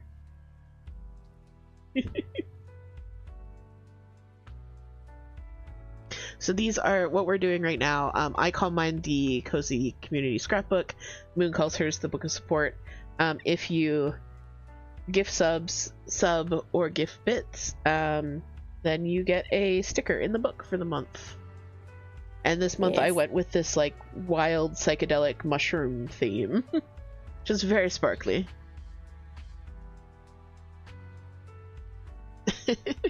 Toot says it does crack me up how on point Moon's readings are for me are. Like, yes, I get it. We have a bond. I'm glad that you feel that way about them. Like, I mean, I've gotten more practice reading for others with stream, but it wasn't something that I had done very often beforehand. So I always have like this little like nervousness of like, does it resonate? Am I doing it right? Kind of thing. So I'm happy that it does ring. I'm always sorry. I'm always slightly concerned when I read for other people because the cards are telling you a story, but sometimes it's not super clear. I'm grateful that the 2 readings I've done today have been, the story's been pretty clear. But when you're doing a reading for someone that you don't know and you don't know anything about their situation, and you're looking at the cards like, I'm sure you have good information, but I don't know how to put this together in, like, I don't know how to, I don't know how to read this, basically. Like, I know the meanings, but I don't know. Yeah. Like, I'm speaking to Marian here. Like, this card is saying, you know, the card in Jalad at Tanagra, and I'm like, okay, cool, what does that mean? Like, how can I apply this to this person's life? So I'm grateful totally that hasn't happened. So yeah, Moon, would you like it if I read for you? Yes, I would love to. A reading from you. Because you just did one, so rest your voice and stitch a little bit. Thank you. And this will be interesting because you and I are quite close as well, so we'll see. You're my silly mate-in-law. Yes. Also, Toot is the one who taught me how to shuffle cards. I always did like the rough hand shuffle like this, which Toot does not like. Hey, Comf, welcome in. Hi, Comf. Moon and I are doing tarot readings. If you'd like one, you can jump on over to my channel and redeem tarot and tarot reading, and one of us will do it for you. But yeah, I used to do like a rough shuffle like this, and it made Toot's soul hurt. So she taught me how to like actually shuffle with doing the bridge and everything. And I'm very grateful that these cards are not too big for me to do bridge. Yeah. And especially with tarot cards, it can feel like it can feel like you don't want to damage them because the art is like really pretty. All right. It's going great, Comf. Thank you. Yeah, we're having a lovely day. I'm really happy because like when I follow DH's stream schedule on Saturdays, I have such a long day afterwards. It's great. Because I usually don't wake up super early on the weekends. So it's very nice to be up early and have the whole day. Good. Alright. Well, Comf just redeemed a reading, so why don't I do theirs? And then we can do ours after. Good.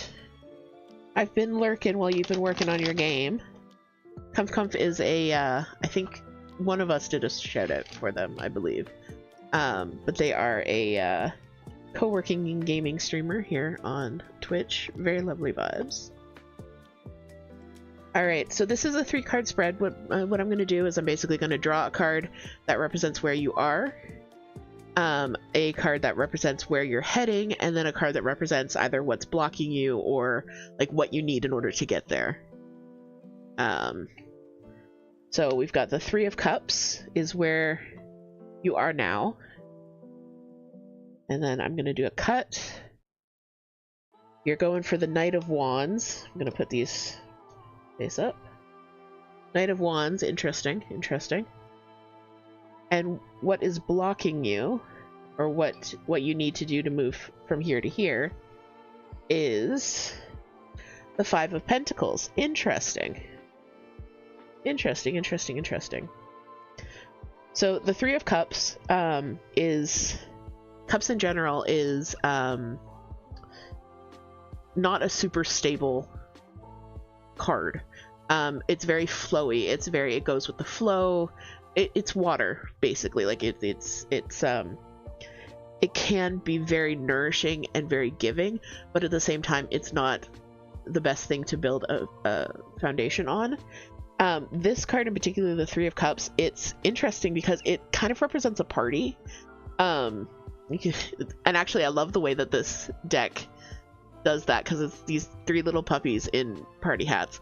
But this is a place of celebration, a place of friendship and community and creativity. Like this is a very, your cup is full, but you're also at the beginning of a journey here. This is kind of like in it's kind of like in Lord of the Rings when Bilbo's having his birthday party. This is the birthday party. It's almost the very beginning of the story, but it's a place full of potential and overflowing with good things. Like a graduation party, yeah, for sure. Where you're going, the Knight of Wands. So the Knight is usually a protective force. Wands itself is fiery. Like a celebration of a point and then still going on. Yeah, exactly. Like it's a big celebration, but there's more to do. Like you're not done yet. You've got a great base of support and community. You've got all your buddies here in party hats. So it's a good place that you're coming from, but it's not a place where you should stay because the situation is fluid. The Knight of Wands, however, is a very energetic card. It's very fire, very Aries, very, I want to do all the things, and I'm going to do all the things, and I'm going to do all the things well, because that's my personality type. So you're coming from this place of celebration and relaxation, and you're going into a place of action. You are Aries rising. See? So I think this is telling you need to take that Aries rising energy and be bold. Go forth. This is where you're heading, is a period of action, a period of taking control of the situation and putting your passion into something, that kind of thing. And then, so in order to get from this place where you're celebrating with your homies to this place where you are taking charge of life, is the Five of Pentacles. And the Five of Pentacles is interesting because it is it's a midpoint. It's another midpoint in the story. And this one, it goes with the Three of Cups very well, because the Five of Pentacles, you can see she's got like a little cup. It's about generosity. It's about giving. This is about giving. This is about giving. So I think what I'm seeing is that you've already got a great base of a community. You've already got a great base of support and love around you. And in order to get to this place where you are the Knight of Wands with that Aries rising energy, take this base that you've got, multiply it by giving it out.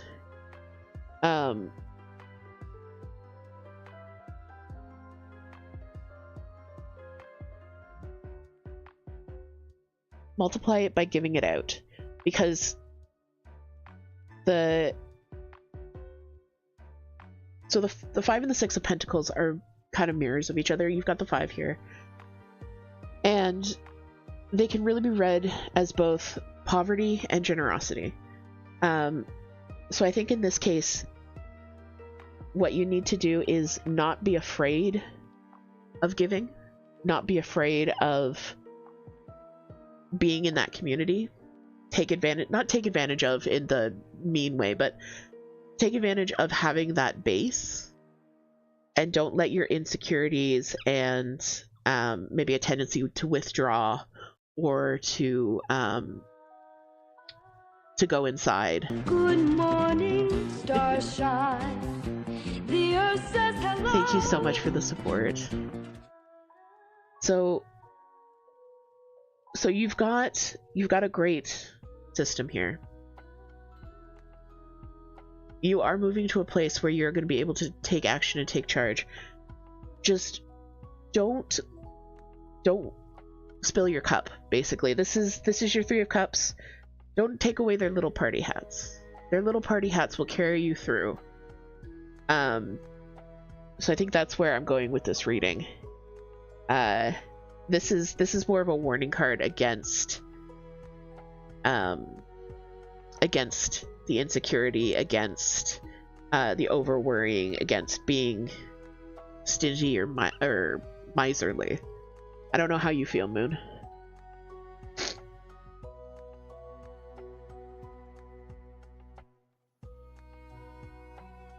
Moon?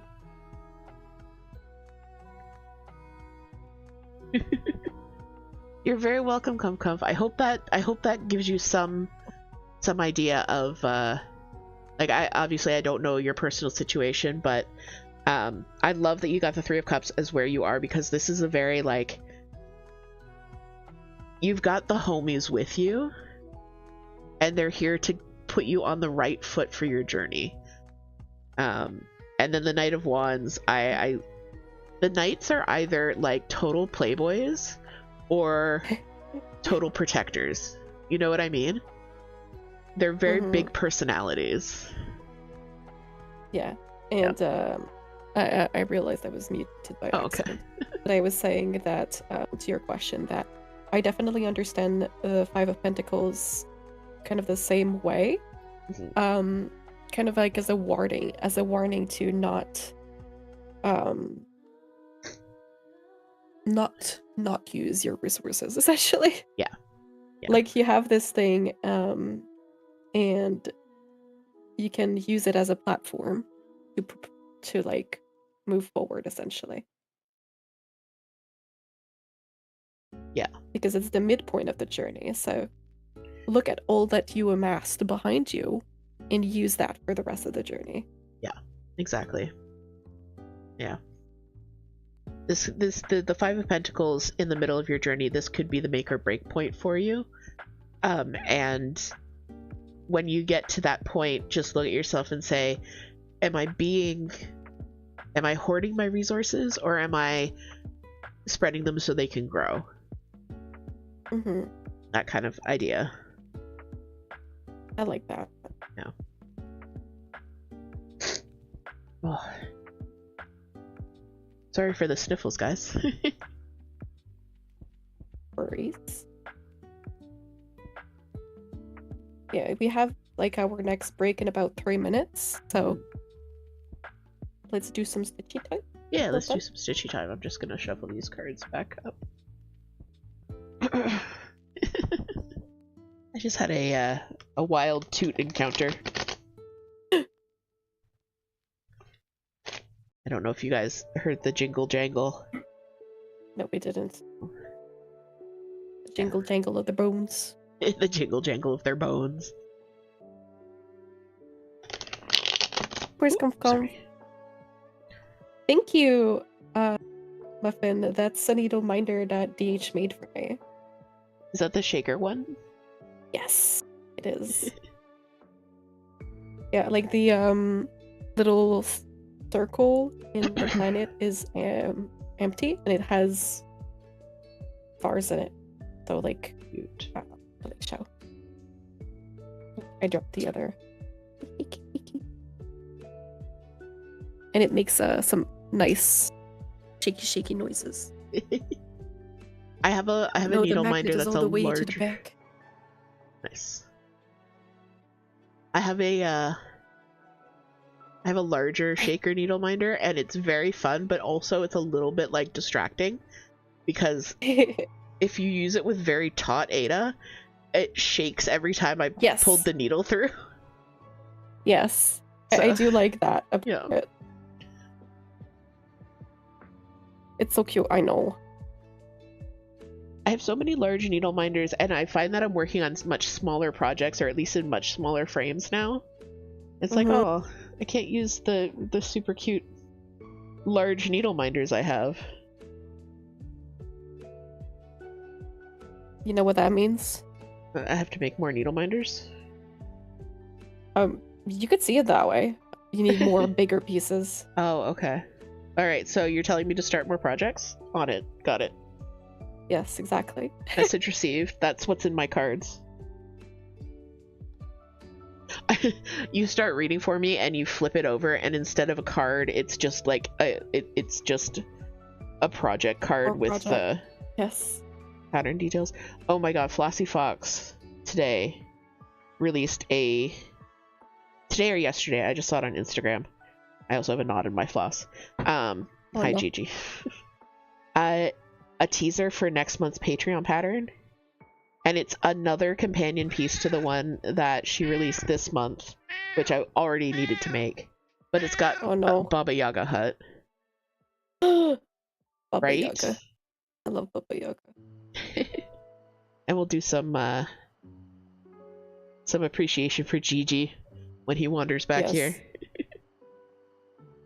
All right, but I've got ads in 35 seconds. So. Yes, same. Okay. So let's go ahead and take a quick break, and we'll be right back, guys. Okay. Take care of yourself. Bye. Bye.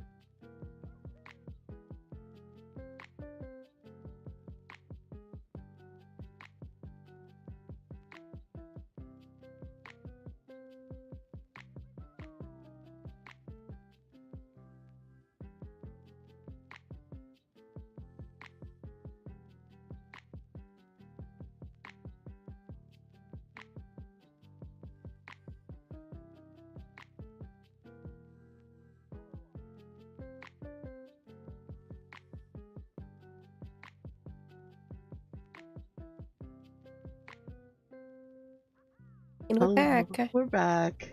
I have a very Thank you. handsome man griefing me right now. Oh, yes, very good. We love when Gigi griefs you. Yep. He was all like up in my business, and then he went away as soon as the ad was over. Hi, this is Biggs. Of course. Biggs is here now. Sorry. Yeah. Thanks, girl. Whoa. Thanks. This is my life now. I have cats, that's all. There's just cats. It sounds like the perfect time for me to do a reading for you then, right? Okay, yeah. Sounds good. Bye, Toot. Bye, Toot. Bye, Toot. Also, you guys can see how I don't touch the floor. I just saw before I moved the camera. You could see how just my tippy toes were touching the floor. To be fair, I don't touch the floor Moonshort unless I lean confirmed. forward.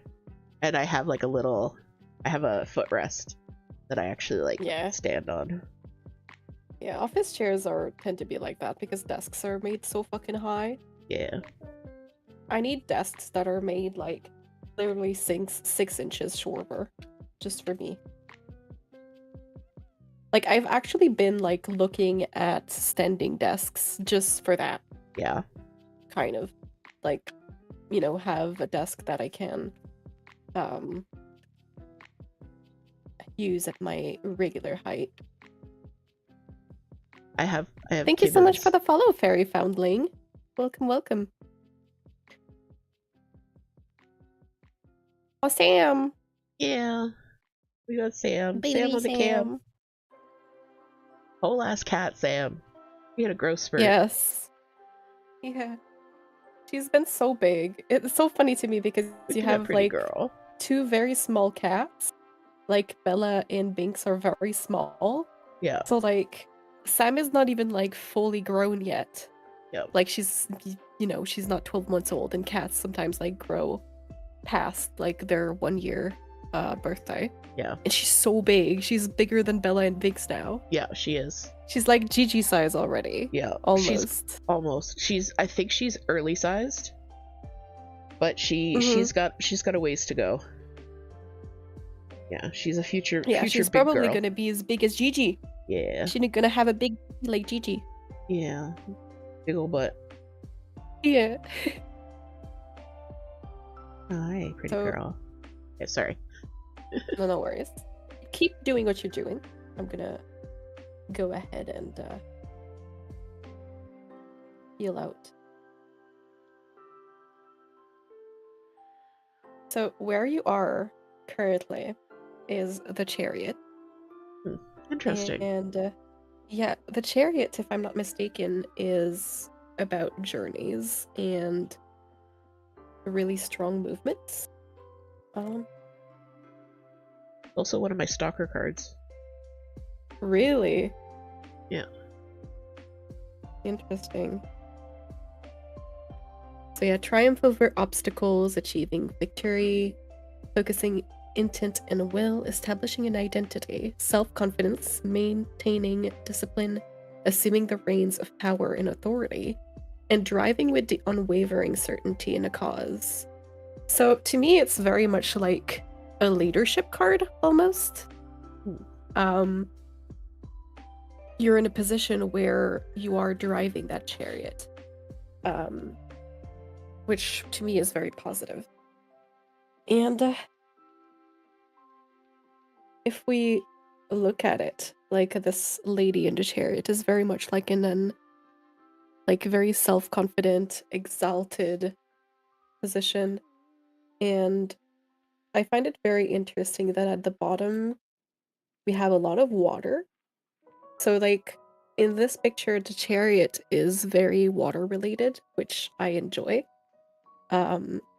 Because it really speaks about the emotions of feeling empowered, feeling intent, leading. So that's a very good position to be in to start with. And let's see where you're headed.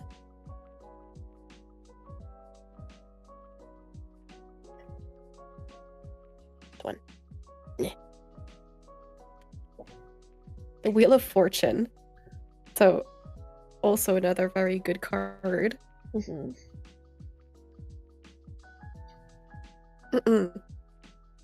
Let me quickly find it.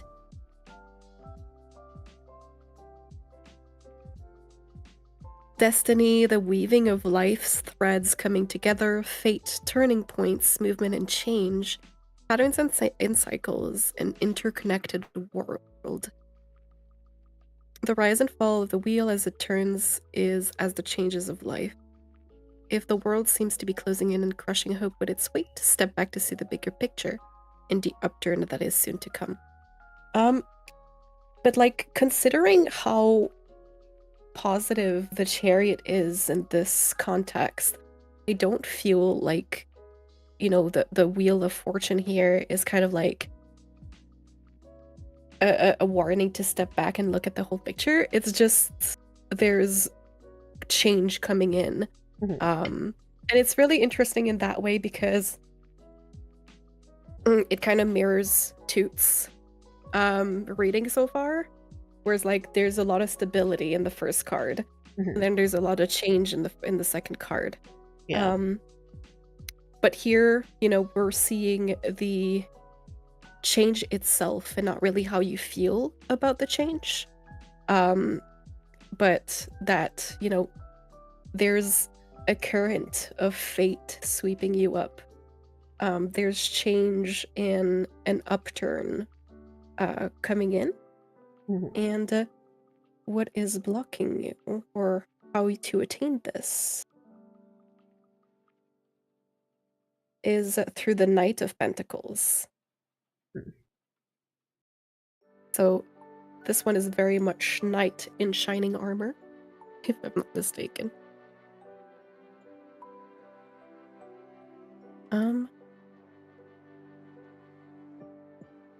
Interesting.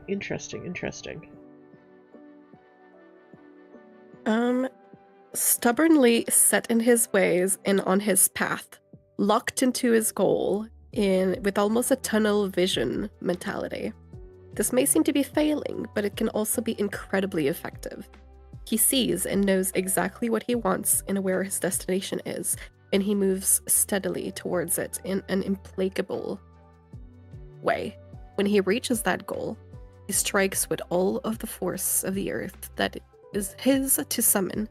The weighty might of giants, the thunderous roll of an earthquake, the thrusting of a mighty tree's roots through soil and stone. So, in a way, this is a very straightforward reading. Yeah. You're I'm the liking Chariot, you're leading this change. Like, I feel like because of the leadership in the Chariot's card, it feels more like the Wheel of Fortune is a result of you leading towards change, not like just that the change is like being forced upon you and you kind of have to like take a step back and look at what life is bringing you. There is like an external component, but you're very much in charge and it's very positive. And the fact that the Knight of Pentacles is essentially like just telling you like you're already set on a course, just keep going. Just a Interesting. second, my alarm is buzzing. Got it. Yeah. So, and it's really interesting because it mirrors Toot's. And I know that like I know a bit about you guys' life. Shocking. And I really do see it. Yeah. Like there was also like really a lot of stability in where Toot is at and where you're at. For Toot, it was more a change of perspective. For you, it's keep going. And then, you know, upcoming change. So it's great. Just a bit. I think too. Hi, Gwen. Welcome in. Sorry, go ahead. I think too, the Knight of Pentacles is very, in many ways, he's the anti-ADHD knight, because he's Yes. very like methodical and like Mhm. fixed on the goal, and he's not turning away. Yeah. And I think that might be the energy I need. Yeah, and it's funny in a way, right? Because like sometimes like you talk about how like you're having trouble to focus and stuff like that, but you're still always set on the same course. Yeah. Like you may not be taking the right actions or working on like the prioritized tasks, but you're still focused on cross stitch, on the cozy DH stitchery. Yeah. Everything you're doing is working towards that. Even if it's like, you know, not doing those PDFs that The for like never-ending PDFs. yeah, the never-ending PDFs, right? So there may be like, you know, not a warning, but like an advice to be more methodical. Yeah. But I think that also it's seeing how focused you are on this endeavor already. And just to keep going in that. Yeah. Thank you, Moon. That's Of course. was a very, very straightforward reading, and it's also interesting because my three kind of, and anyone who reads tarot, well, most people who read tarot would say that they have stalker cards, and those are cards that just pop up in relation to your life a lot. My three stalker cards are the Nine of Pentacles, the Chariot, and the Wheel of Fortune. Wow. Yeah. So two of them popped up, and the third one was still in the suit that your stalker is in. No. That's funny. I love that. I love the imagery of the wheel because the wheel keeps turning. And I've heard it described before as the wheel of fire as well. The wheel keeps turning. If you're up now, you will eventually be down again. But then you will be up again. Like, it's a message of hope that gets you through the down periods. And it's also kind of like a warning against stagnation when you're in your up periods.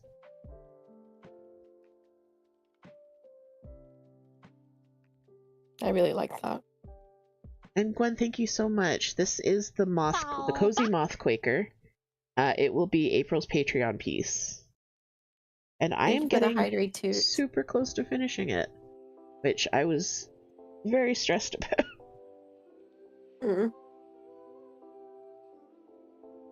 And also, thank you so much for the 50 stream streak, Gwen. Oh, that amazing, is so 50 many. Streams.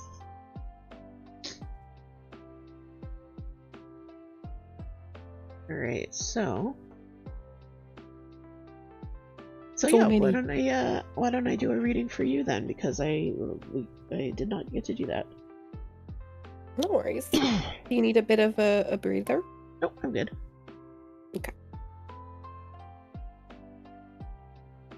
And yes, if anybody joined us since break, we are doing tarot readings, and if you guys would like to get one, you can go on DH's page. The channel redeem is on their page, so we could have a queue of everything. Yep. And the cost is at 200, so you can get it just by, you know, following if you haven't already. If you're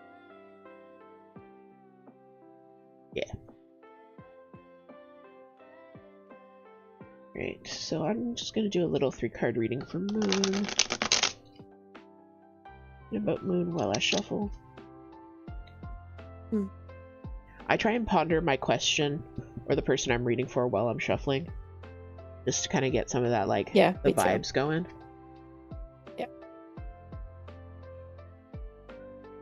And I think when I don't do that, when I just space out, it makes it harder to read when I do draw the cards.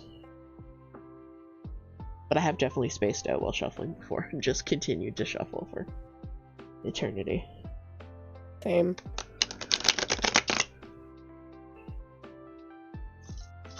Alright. So let's see. So Moon is the 8 of Wands.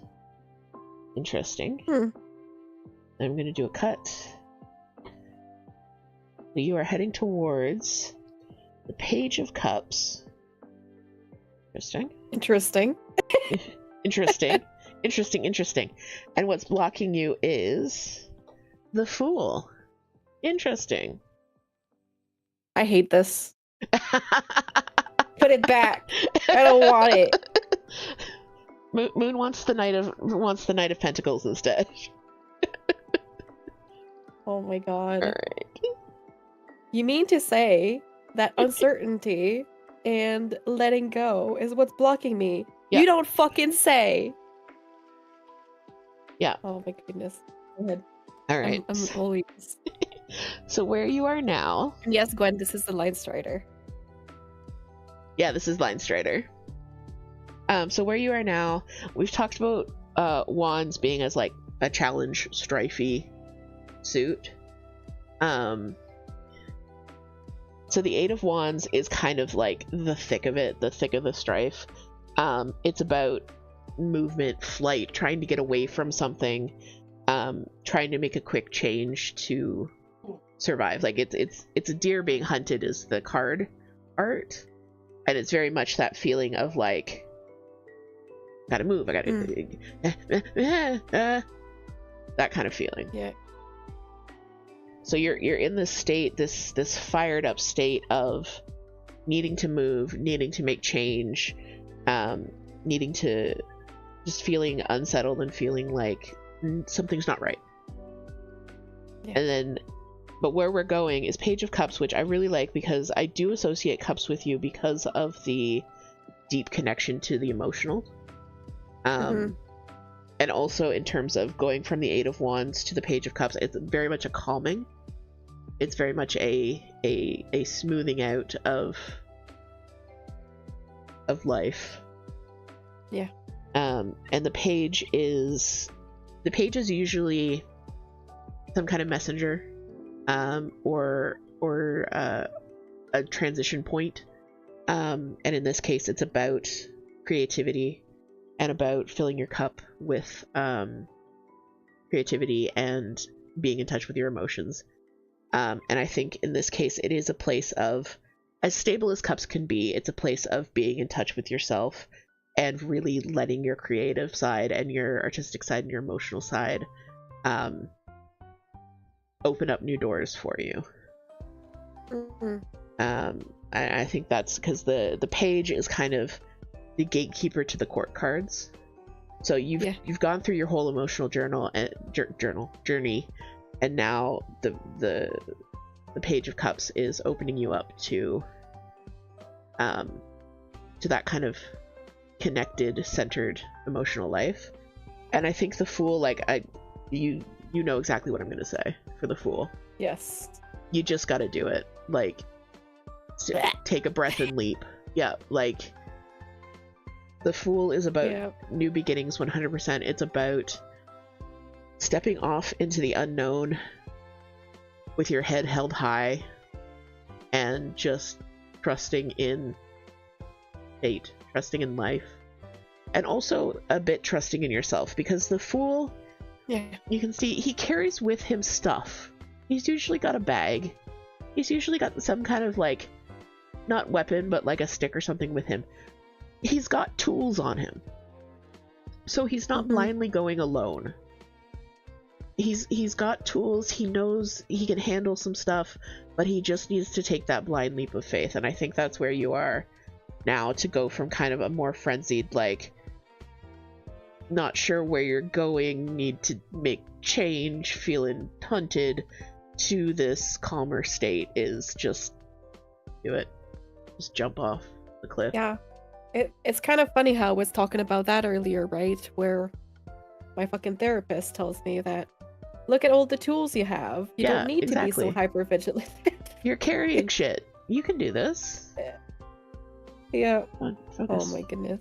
Yeah. Yeah, look, you've got a bird, you've got a stick, you got some cool boots. Bird up. Yeah. Cool boots. Yeah. I'm eagerly stepping away too. Yeah. Yeah, that definitely speaks to me. Like, that's definitely something I struggle with. I struggle with control. And when I feel out of control, I do not feel good. I feel like, reactive and being hunted. Like it triggers my sense of fight or flight. Yeah. And I know for a fact that there are just things that you can't control in life. Like, And I really associate like the Fool with like the idea of letting go and just doing. And yeah, I know that I gotta do that. Yep. And it's scary. It is scary to step off that cliff, but I think looking at the tools that the Fool carries with him is a great Yeah, absolutely. is a great example, because the next card in the deck is the Magician, right? Yep. Number 1. And the Magician is all about tools. It's all about using the tools that you have, improving your knowledge of the tools that you use. So I kind of feel like that is also telling a story, that the Fool maybe becomes the Magician. You know what I mean? But he can't get there unless he tries. Yeah. Yeah, that makes a lot of sense. Yeah. Thank you. You're welcome.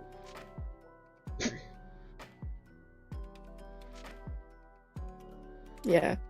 It's kind of funny because it's like, you know, sometimes you do a rating and it's like, oh, I actually hadn't seen that coming, or like, oh, I'm surprised that it's referring to those things. Yeah, this is like, I fucking know. Thank you. Yes, my cards are calling you out. Yeah, absolutely. They do that sometimes. And I think that's because, like, I know not everyone believes in tarot and in any kind. I think a lot of people unconsciously do divination. Like, they'll see meaning in something. And whether it's like the clouds or they saw a shopping bag blowing across the street and that made them think that, you know, money's coming their way or something. Do you ever feel like a plastic bag? Yeah, exactly. You're thinking it away. But yeah, like I start again. I know that not everybody believes in the tarot stuff, but I think that even if you don't necessarily believe that they can predict the future, yeah, I don't know if they can predict the future. I do know that they can tell me a lot about what's happening right now. Yeah. What's happening, and kind of advice in what I need to do and how to break through. That's why I suggested this spread, because I find that it's, even if the whole thing doesn't resonate with you, one of the cards might. You know what I mean? Yeah. Absolutely. And like it's interesting that you do mention like, oh, do you believe they can predict the future? I don't. I prefer to think of tarot as an introspection tool rather than a divination tool, because divination is very much tied to the idea that you can know things that are unknown and know predict things, really. Yeah. But I much prefer using divination tools to give me insight into things that I already know, but that I may have blind spots for. Yeah. Because it kind of gives me that external point of view, or like it gives me like more ways to look at something. Exactly. Like you can look at a situation through the lens of cups, through the lens of wands, and see different aspects of it. Gwen has redeemed a tarot reading. Are you up for it, or do you need a break? Oop. Hi, Jeech. No, I will do 3 stitches and pull out my deck.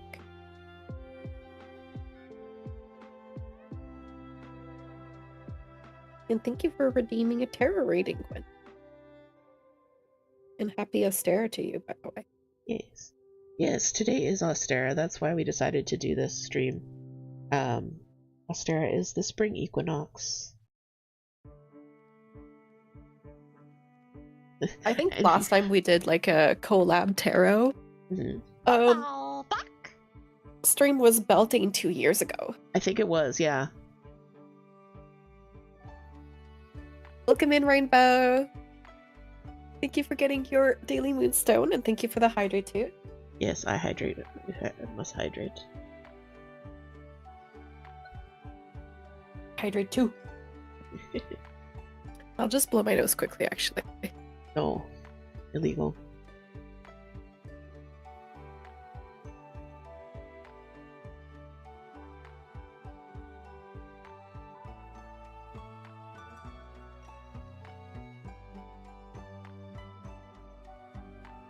Because I had been sniffling while muting, but I'm gonna be doing it reading out. I shan't. Yes, this is the Congested Witch podcast today, Yeah, exactly. where we provide the wisdom of the tarot cards while entirely congested. Sniffles. Yeah, so if you ever dreamt of getting a nasally tarot reading, this is your chance. Yeah, exactly. We're like the Fates if the Fates were sponsored by Kleenex. Instead of the eye, we're just passing each other the box of Kleenex. Perfect. I just managed to sew my scissors into my piece. Of course. Guys, what have I done? It's a very good question.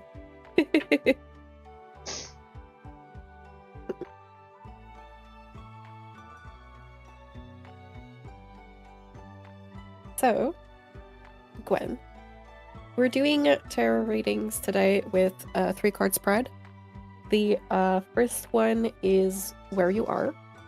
The second one is where you're headed. And the third one is what is blocking you from achieving that, or how can you achieve it. And I'm using the Shadowscapes Tarot by Stephanie Boyman Law. Felt very springy.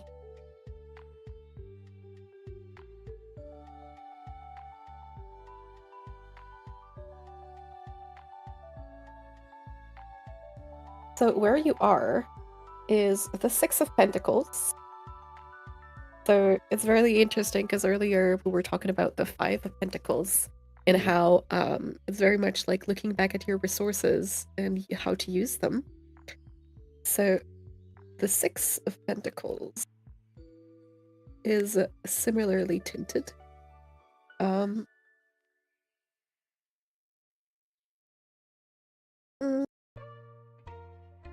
Let me see. The 6 of Pentacles represents the cycles of dependencies between those that have and those that have not. The sapling pushes through from the mud and muck and desolation under the shower of life and wealth from above. The piper does not see or notice it, thinks perhaps that he is part of the one-sided equation of generosity, but at the same time the plants and branches buttress up the towering wall that he perches from.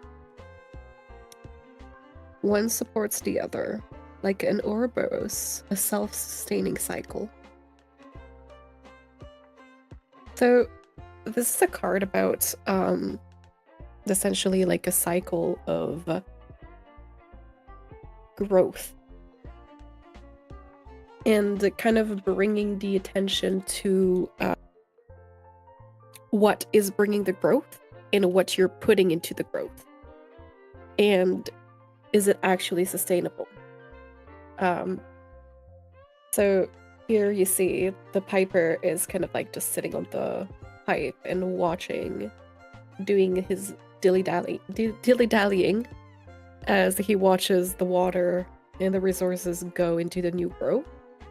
And I think here it's kind of like telling you to examine the relationship between what you're pouring, like I said, pouring into the growth and how the growth is going. And is what you're pouring into it worth what you're getting out of it? And is what you're getting out of it actually what you want? So there's a cycle of growth here. It may be positive, it may be imbalanced, and it's kind of like telling you to examine that. And that's the situation that you're in currently. So there is a cycle of growth, and we'll probably get more information about it with the next cards.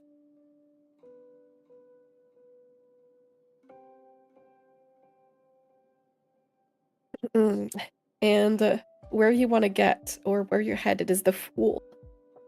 So there's kind of, I see here, an emancipation. Going from a kind of constrained cycle of growth more to letting go and taking the next step. And obviously the Fool is an amazing card for growth in itself.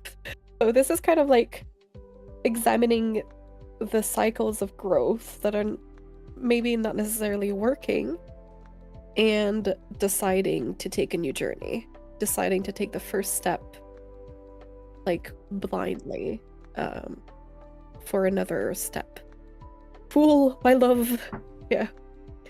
And how you can achieve that, or what is blocking you from this new start.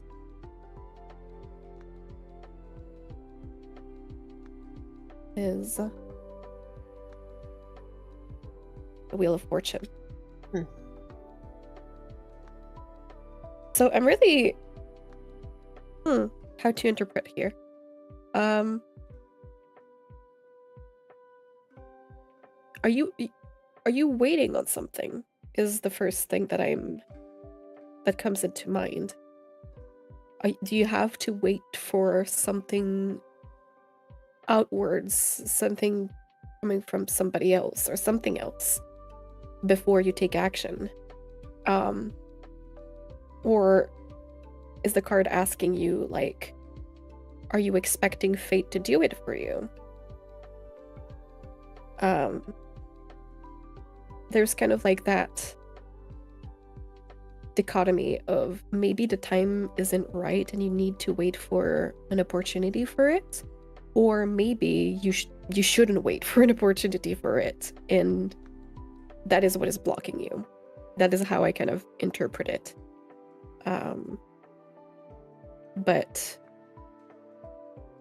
And also Wheel of Fortune sometimes invites you to look at the bigger picture of, like, okay, this is, a downswing, but I know that there will be an upswing in the future, or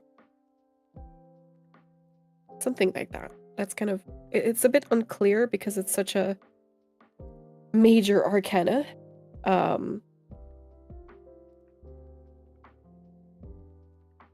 But I think the way that I would like to interpret it is, if you're waiting for the timing to be right, it's never going to be right. And you kind of have to just take the jump, is what I'm seeing. As a chronic wait for the right time kind of person, this makes sense. Okay, I'm glad it's making sense. Do you have any input, DH? No, I think that's pretty much how I would do it, because the Wheel of Fortune is very much a card of inevitability. Like, you can't do anything about it. It's gonna keep turning. So I feel like you said, either you have to wait for the right moment or stop waiting for the right moment. Yeah. Unfortunately, I don't know which it is. Yeah. And I think that's very much like for Gwen to interpret. Exactly, we don't know what situation it's talking about for Gwen. Yeah. But yeah.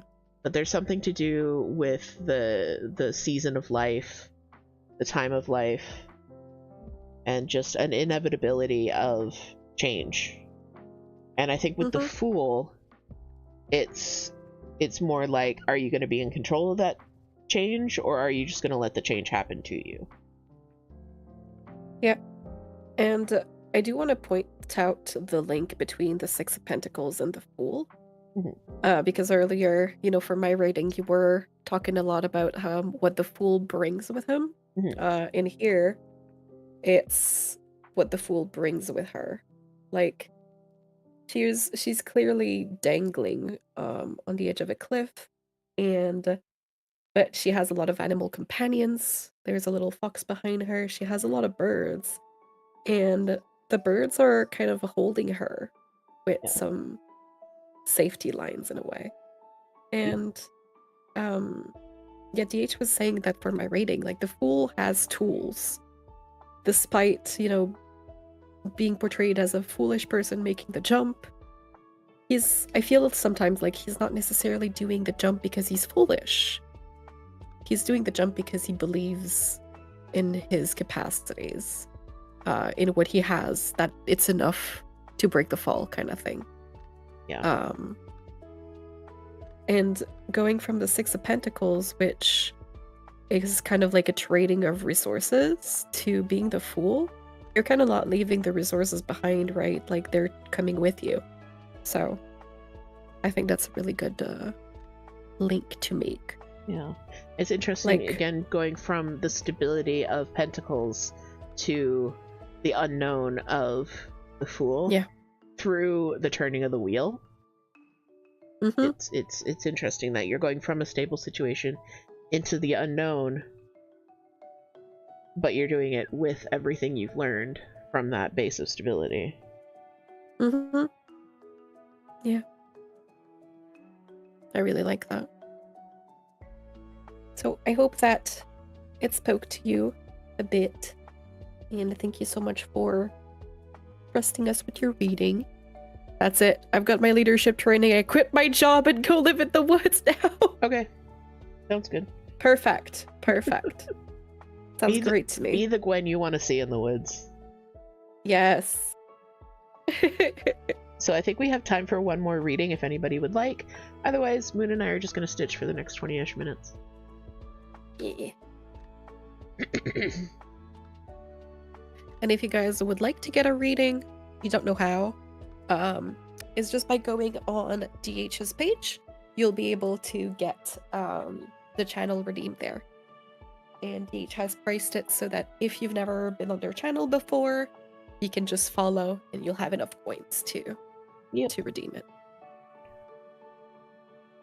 Miku Getsumi says, I want to be the reason you don't go into the woods at night. I think that's I a love that. fantastic life goal. I think Toot's already there. I do love that.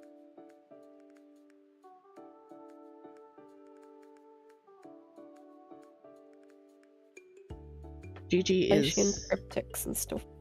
Gigi's here. Hi, Gigi. My pattern is on the other side of Gigi. Oh no. And I cannot see him. And I cannot The see local it. witchy heathen, yes. Yes, let's go. We are your cozy witches today. Cozy congested witches. Oh, doling out TCW. wisdom and Kleenex. Yes. Honestly, I should get a sponsorship from fucking like Kashmir, because it's those toilet paper rolls that have been keeping me going. Because like, fuck buying tissues when you're like constantly blowing your nose. Like, it's not worth it. Tissues are too expensive. Fuck it. I really I'm using should toilet grab paper. a roll of toilet paper. I've been using paper towel. Yep. And my nose is not happy about it. Yeah, I was gonna say, like, is your nose like, you know, really hurty because you're basically taking sandpaper to it? Yeah. Yeah. I've taken to like putting chapstick on my nose because it makes it less hurty. I actually kind of wish my nose was running more, because that means that more gunk is getting out. Oh, I know. But When you're I'm like feeling... just congested, it's like... Yeah, it's just sitting there.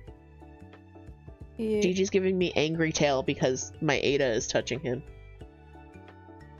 Gigi, you're being a drama queen, my love.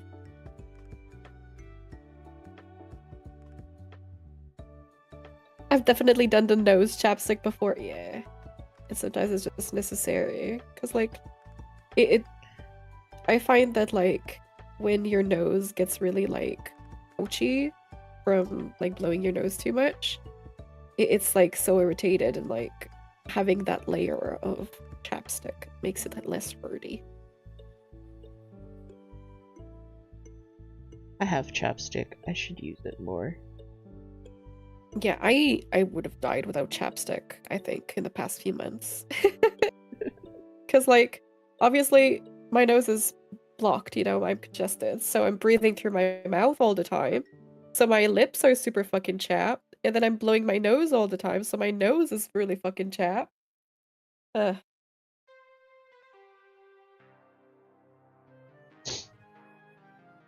A terrible duo.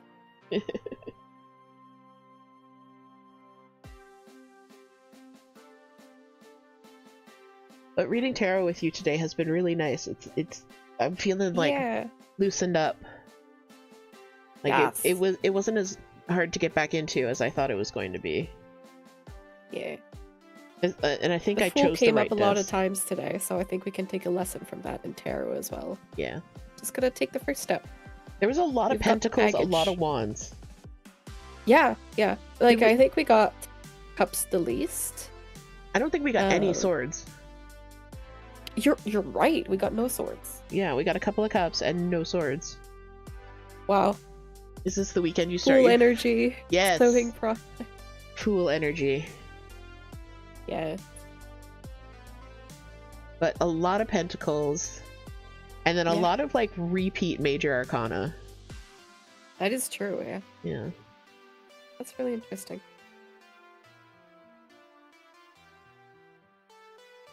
It's staying hydrate and stop fighting. Yeah.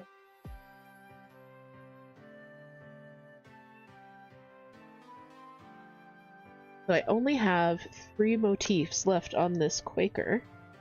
I'm very excited. I'm down to 680 stitches, so I will be finishing on time. I was feeling really like, that I wasn't going to finish it. Yeah. No. You're like you stitch really fast. Yeah, I just stitch really fast on many things. That's my problem. That is true. Yes. Good point. I feel the same way. Like, I don't have quite as many... I mean, actually, at this point, I probably do have as many projects as you do. Because you've whipped down a lot, and I've whipped up, so... I've still got like 6 going on. Yeah, I think that's what I have too. I am loving your son, Toot. I'm loving your son. Callie thinks they'll be getting to the point of moving the frame today on your Persona 5 piece, Callie. Yeah, speaking is of fast incredible. stitching. Yeah, Callie has been doing so much progress on their pace. Yeah, which is amazing. Maybe I should do some tarot-themed pieces. Tarot-themed designs. Yes, Little I like that. Quaker tarot cards. That would be super cute. Or Welcome like in, my Chain little Contact. eminals. Thank you so much for the follow.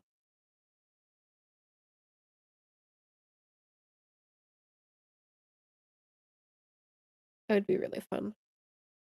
The Witchy Stitcher's Nostalgic Tarot is still my favorite tarot-themed. Yes. It's just so good. It's so good. We have the entire series. And she just dropped the bundle, so you can buy like all of the tarot cards at once now if you miss them. Yes. But I have several of them on my wish list. I'm not going to do the whole thing. I'm not going to do the giant blanket Tarot beta. blanket. Yeah. I'm just going to do a few of them on 18 count. But yeah, it's hard to decide which ones. Definitely, because there's so many good ones. Yeah, I definitely have to do it's the kind of chariot. interesting. Sorry, go ahead. I'm definitely going to do the chariot and the Wheel of Fortune because that's mine. And the devil is a Furby, so that obviously is happening. Yes. 36 count, 1/1 tarot blanket, go. No. No. No. The amount of like peepaw action I had when I was stitching this over 32. Gwen says hi, Commander. Bless you, Commander. Yep. No, I'm My not doing partner that. has dad sneezes.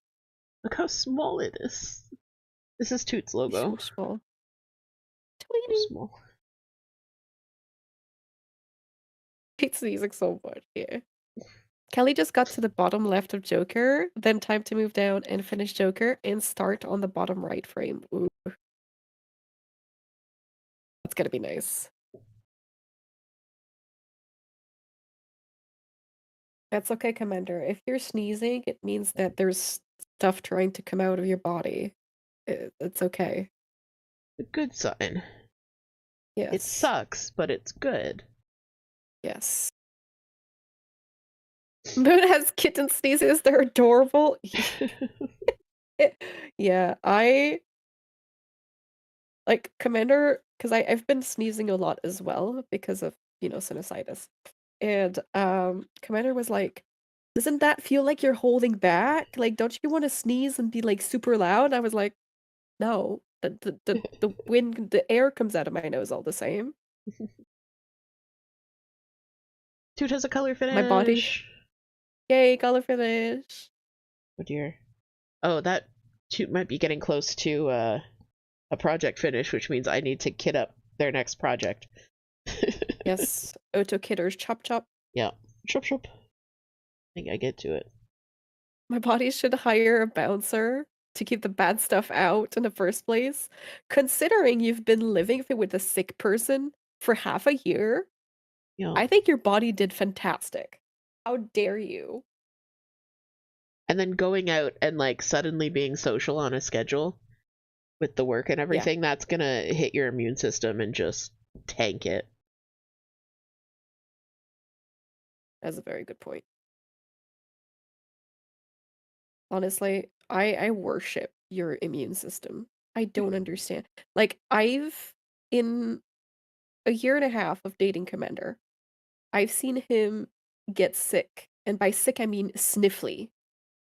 Twice. Oh, wow. That's it. I've been sick for like half a year now. With this stupid sinusitis. Which, to be fair, is unusual for me.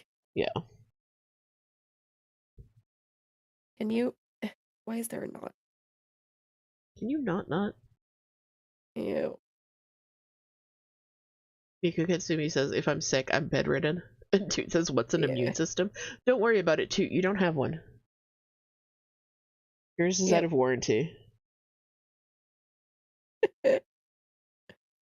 Oh.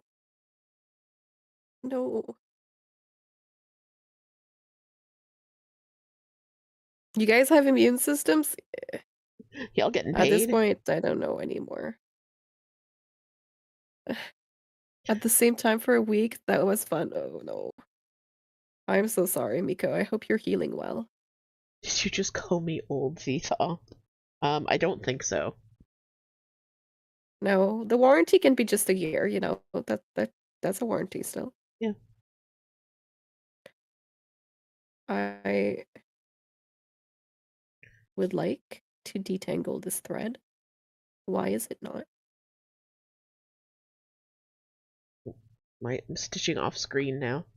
Gigi is briefing my stitching setup. I'm like leaning over to stitch. Okay. I love my new stand though. I got this stand off of Amazon. I love it. I would show you guys more of it, but I can't.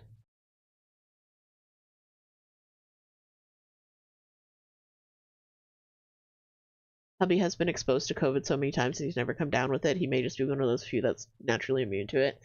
I think Toot has some kind of natural immunity to COVID because I've had it at least 5 times. And I have long COVID. And Toot never really got sick with it. No matter, like, every time that I came down with it.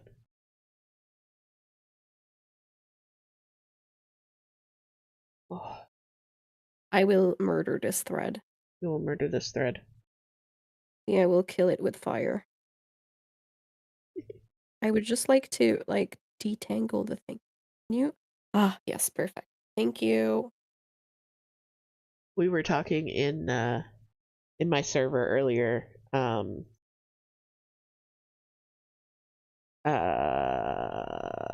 Was it Muffet? Someone was talking about like, what do you do with a project that you're just not gonna finish? Oh, it's Tangled by Design. Like, do you frog it and try and reuse the Ada, or do you just throw it out? And I was saying, like, I'm a big fan of, you know, thank you, I've gotten 6 hours of enjoyment out of you, it's time that you can leave my house.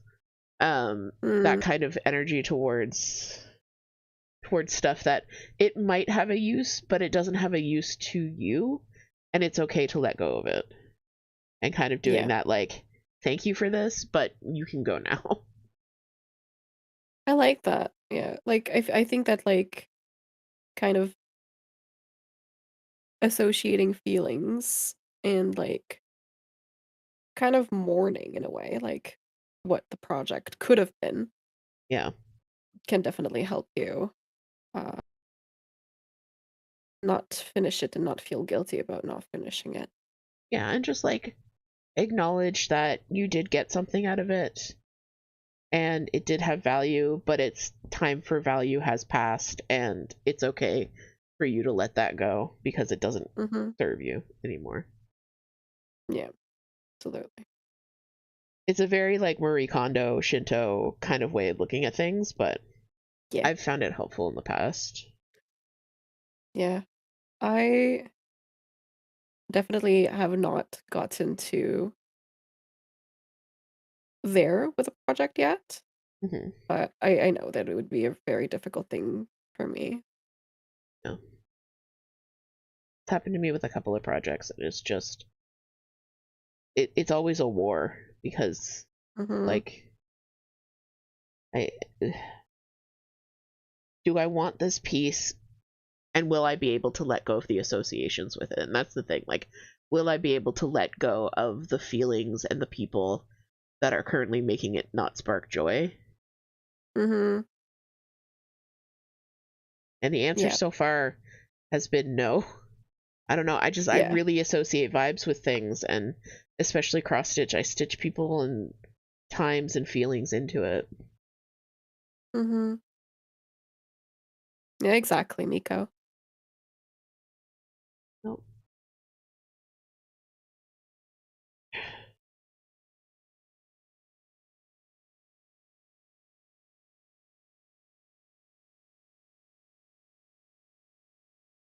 Well, Moon, it's actually 1. It's time for us to wrap up. Oh, goodness. I know, It went by right? so fast. It did. It went by really fast. I had to double check. I was like, no, surely, but no, we did 2 breaks. Did 3 hours. Yeah. We did several tarot readings. Indeed. Yeah. And if you guys like that kind of stuff, definitely, drop a follow and keep your eyes peeled because DH and I are putting into the universe doing more collabs together. Yes. They're not necessarily always going to be tarot and cross stitch, but just collabs in general. Yeah. If you like the vibes here. You like the vibes. For sure. So yeah, I think why don't we split up and say our goodbyes? Yes. Perfect. But thank you so much for joining me, Moon, today, and thanks for waking up early. And thank you for celebrating Ostara with me. Thank you as well. It was really lovely. Thank you for everyone to, who dropped by as well. Yeah. People in your chat, people in my chat. Thank you. Yeah. Thank you, Toot. Yeah. All right. Bye-bye, DH. Okay. Bye-bye. Bye.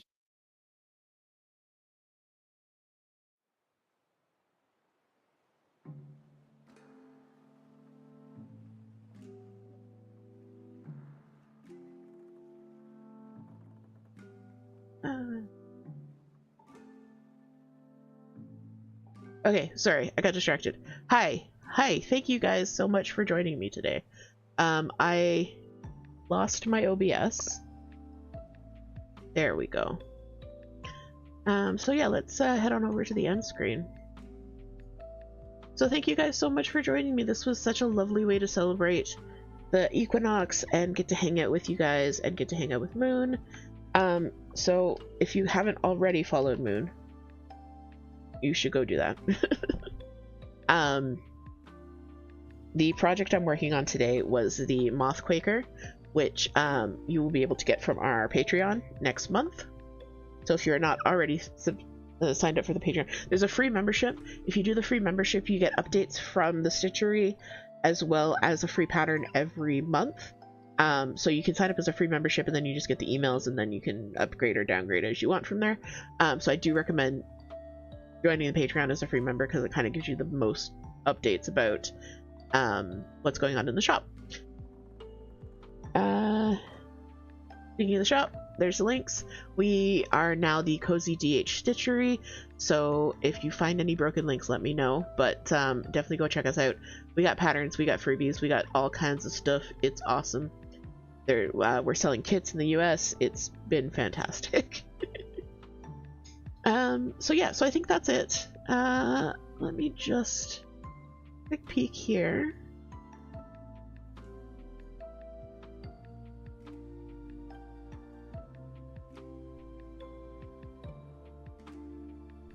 Just trying to find someone to raid out to.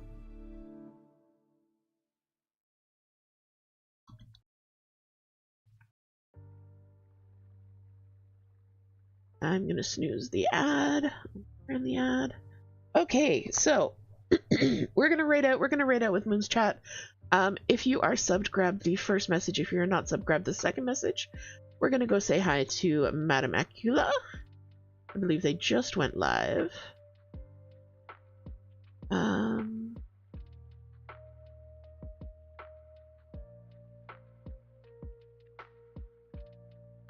All right. Nope, they've been live for an hour. Okay, so we're gonna go hang out with them. As you can tell, my voice is going. So, but thank you guys so much for joining me. It was really such a lovely, lovely, lovely stream. Yeah, grab your raid message, and I will see you guys in the next one. Here, let me start the raid. Alright, my friends, I will see you in the coffee shop. I will see you in the Discord server. I will see you in Moon's spooky tarot parlor. But most importantly, I will see you in my heart. Alright, bye guys. Bye bye.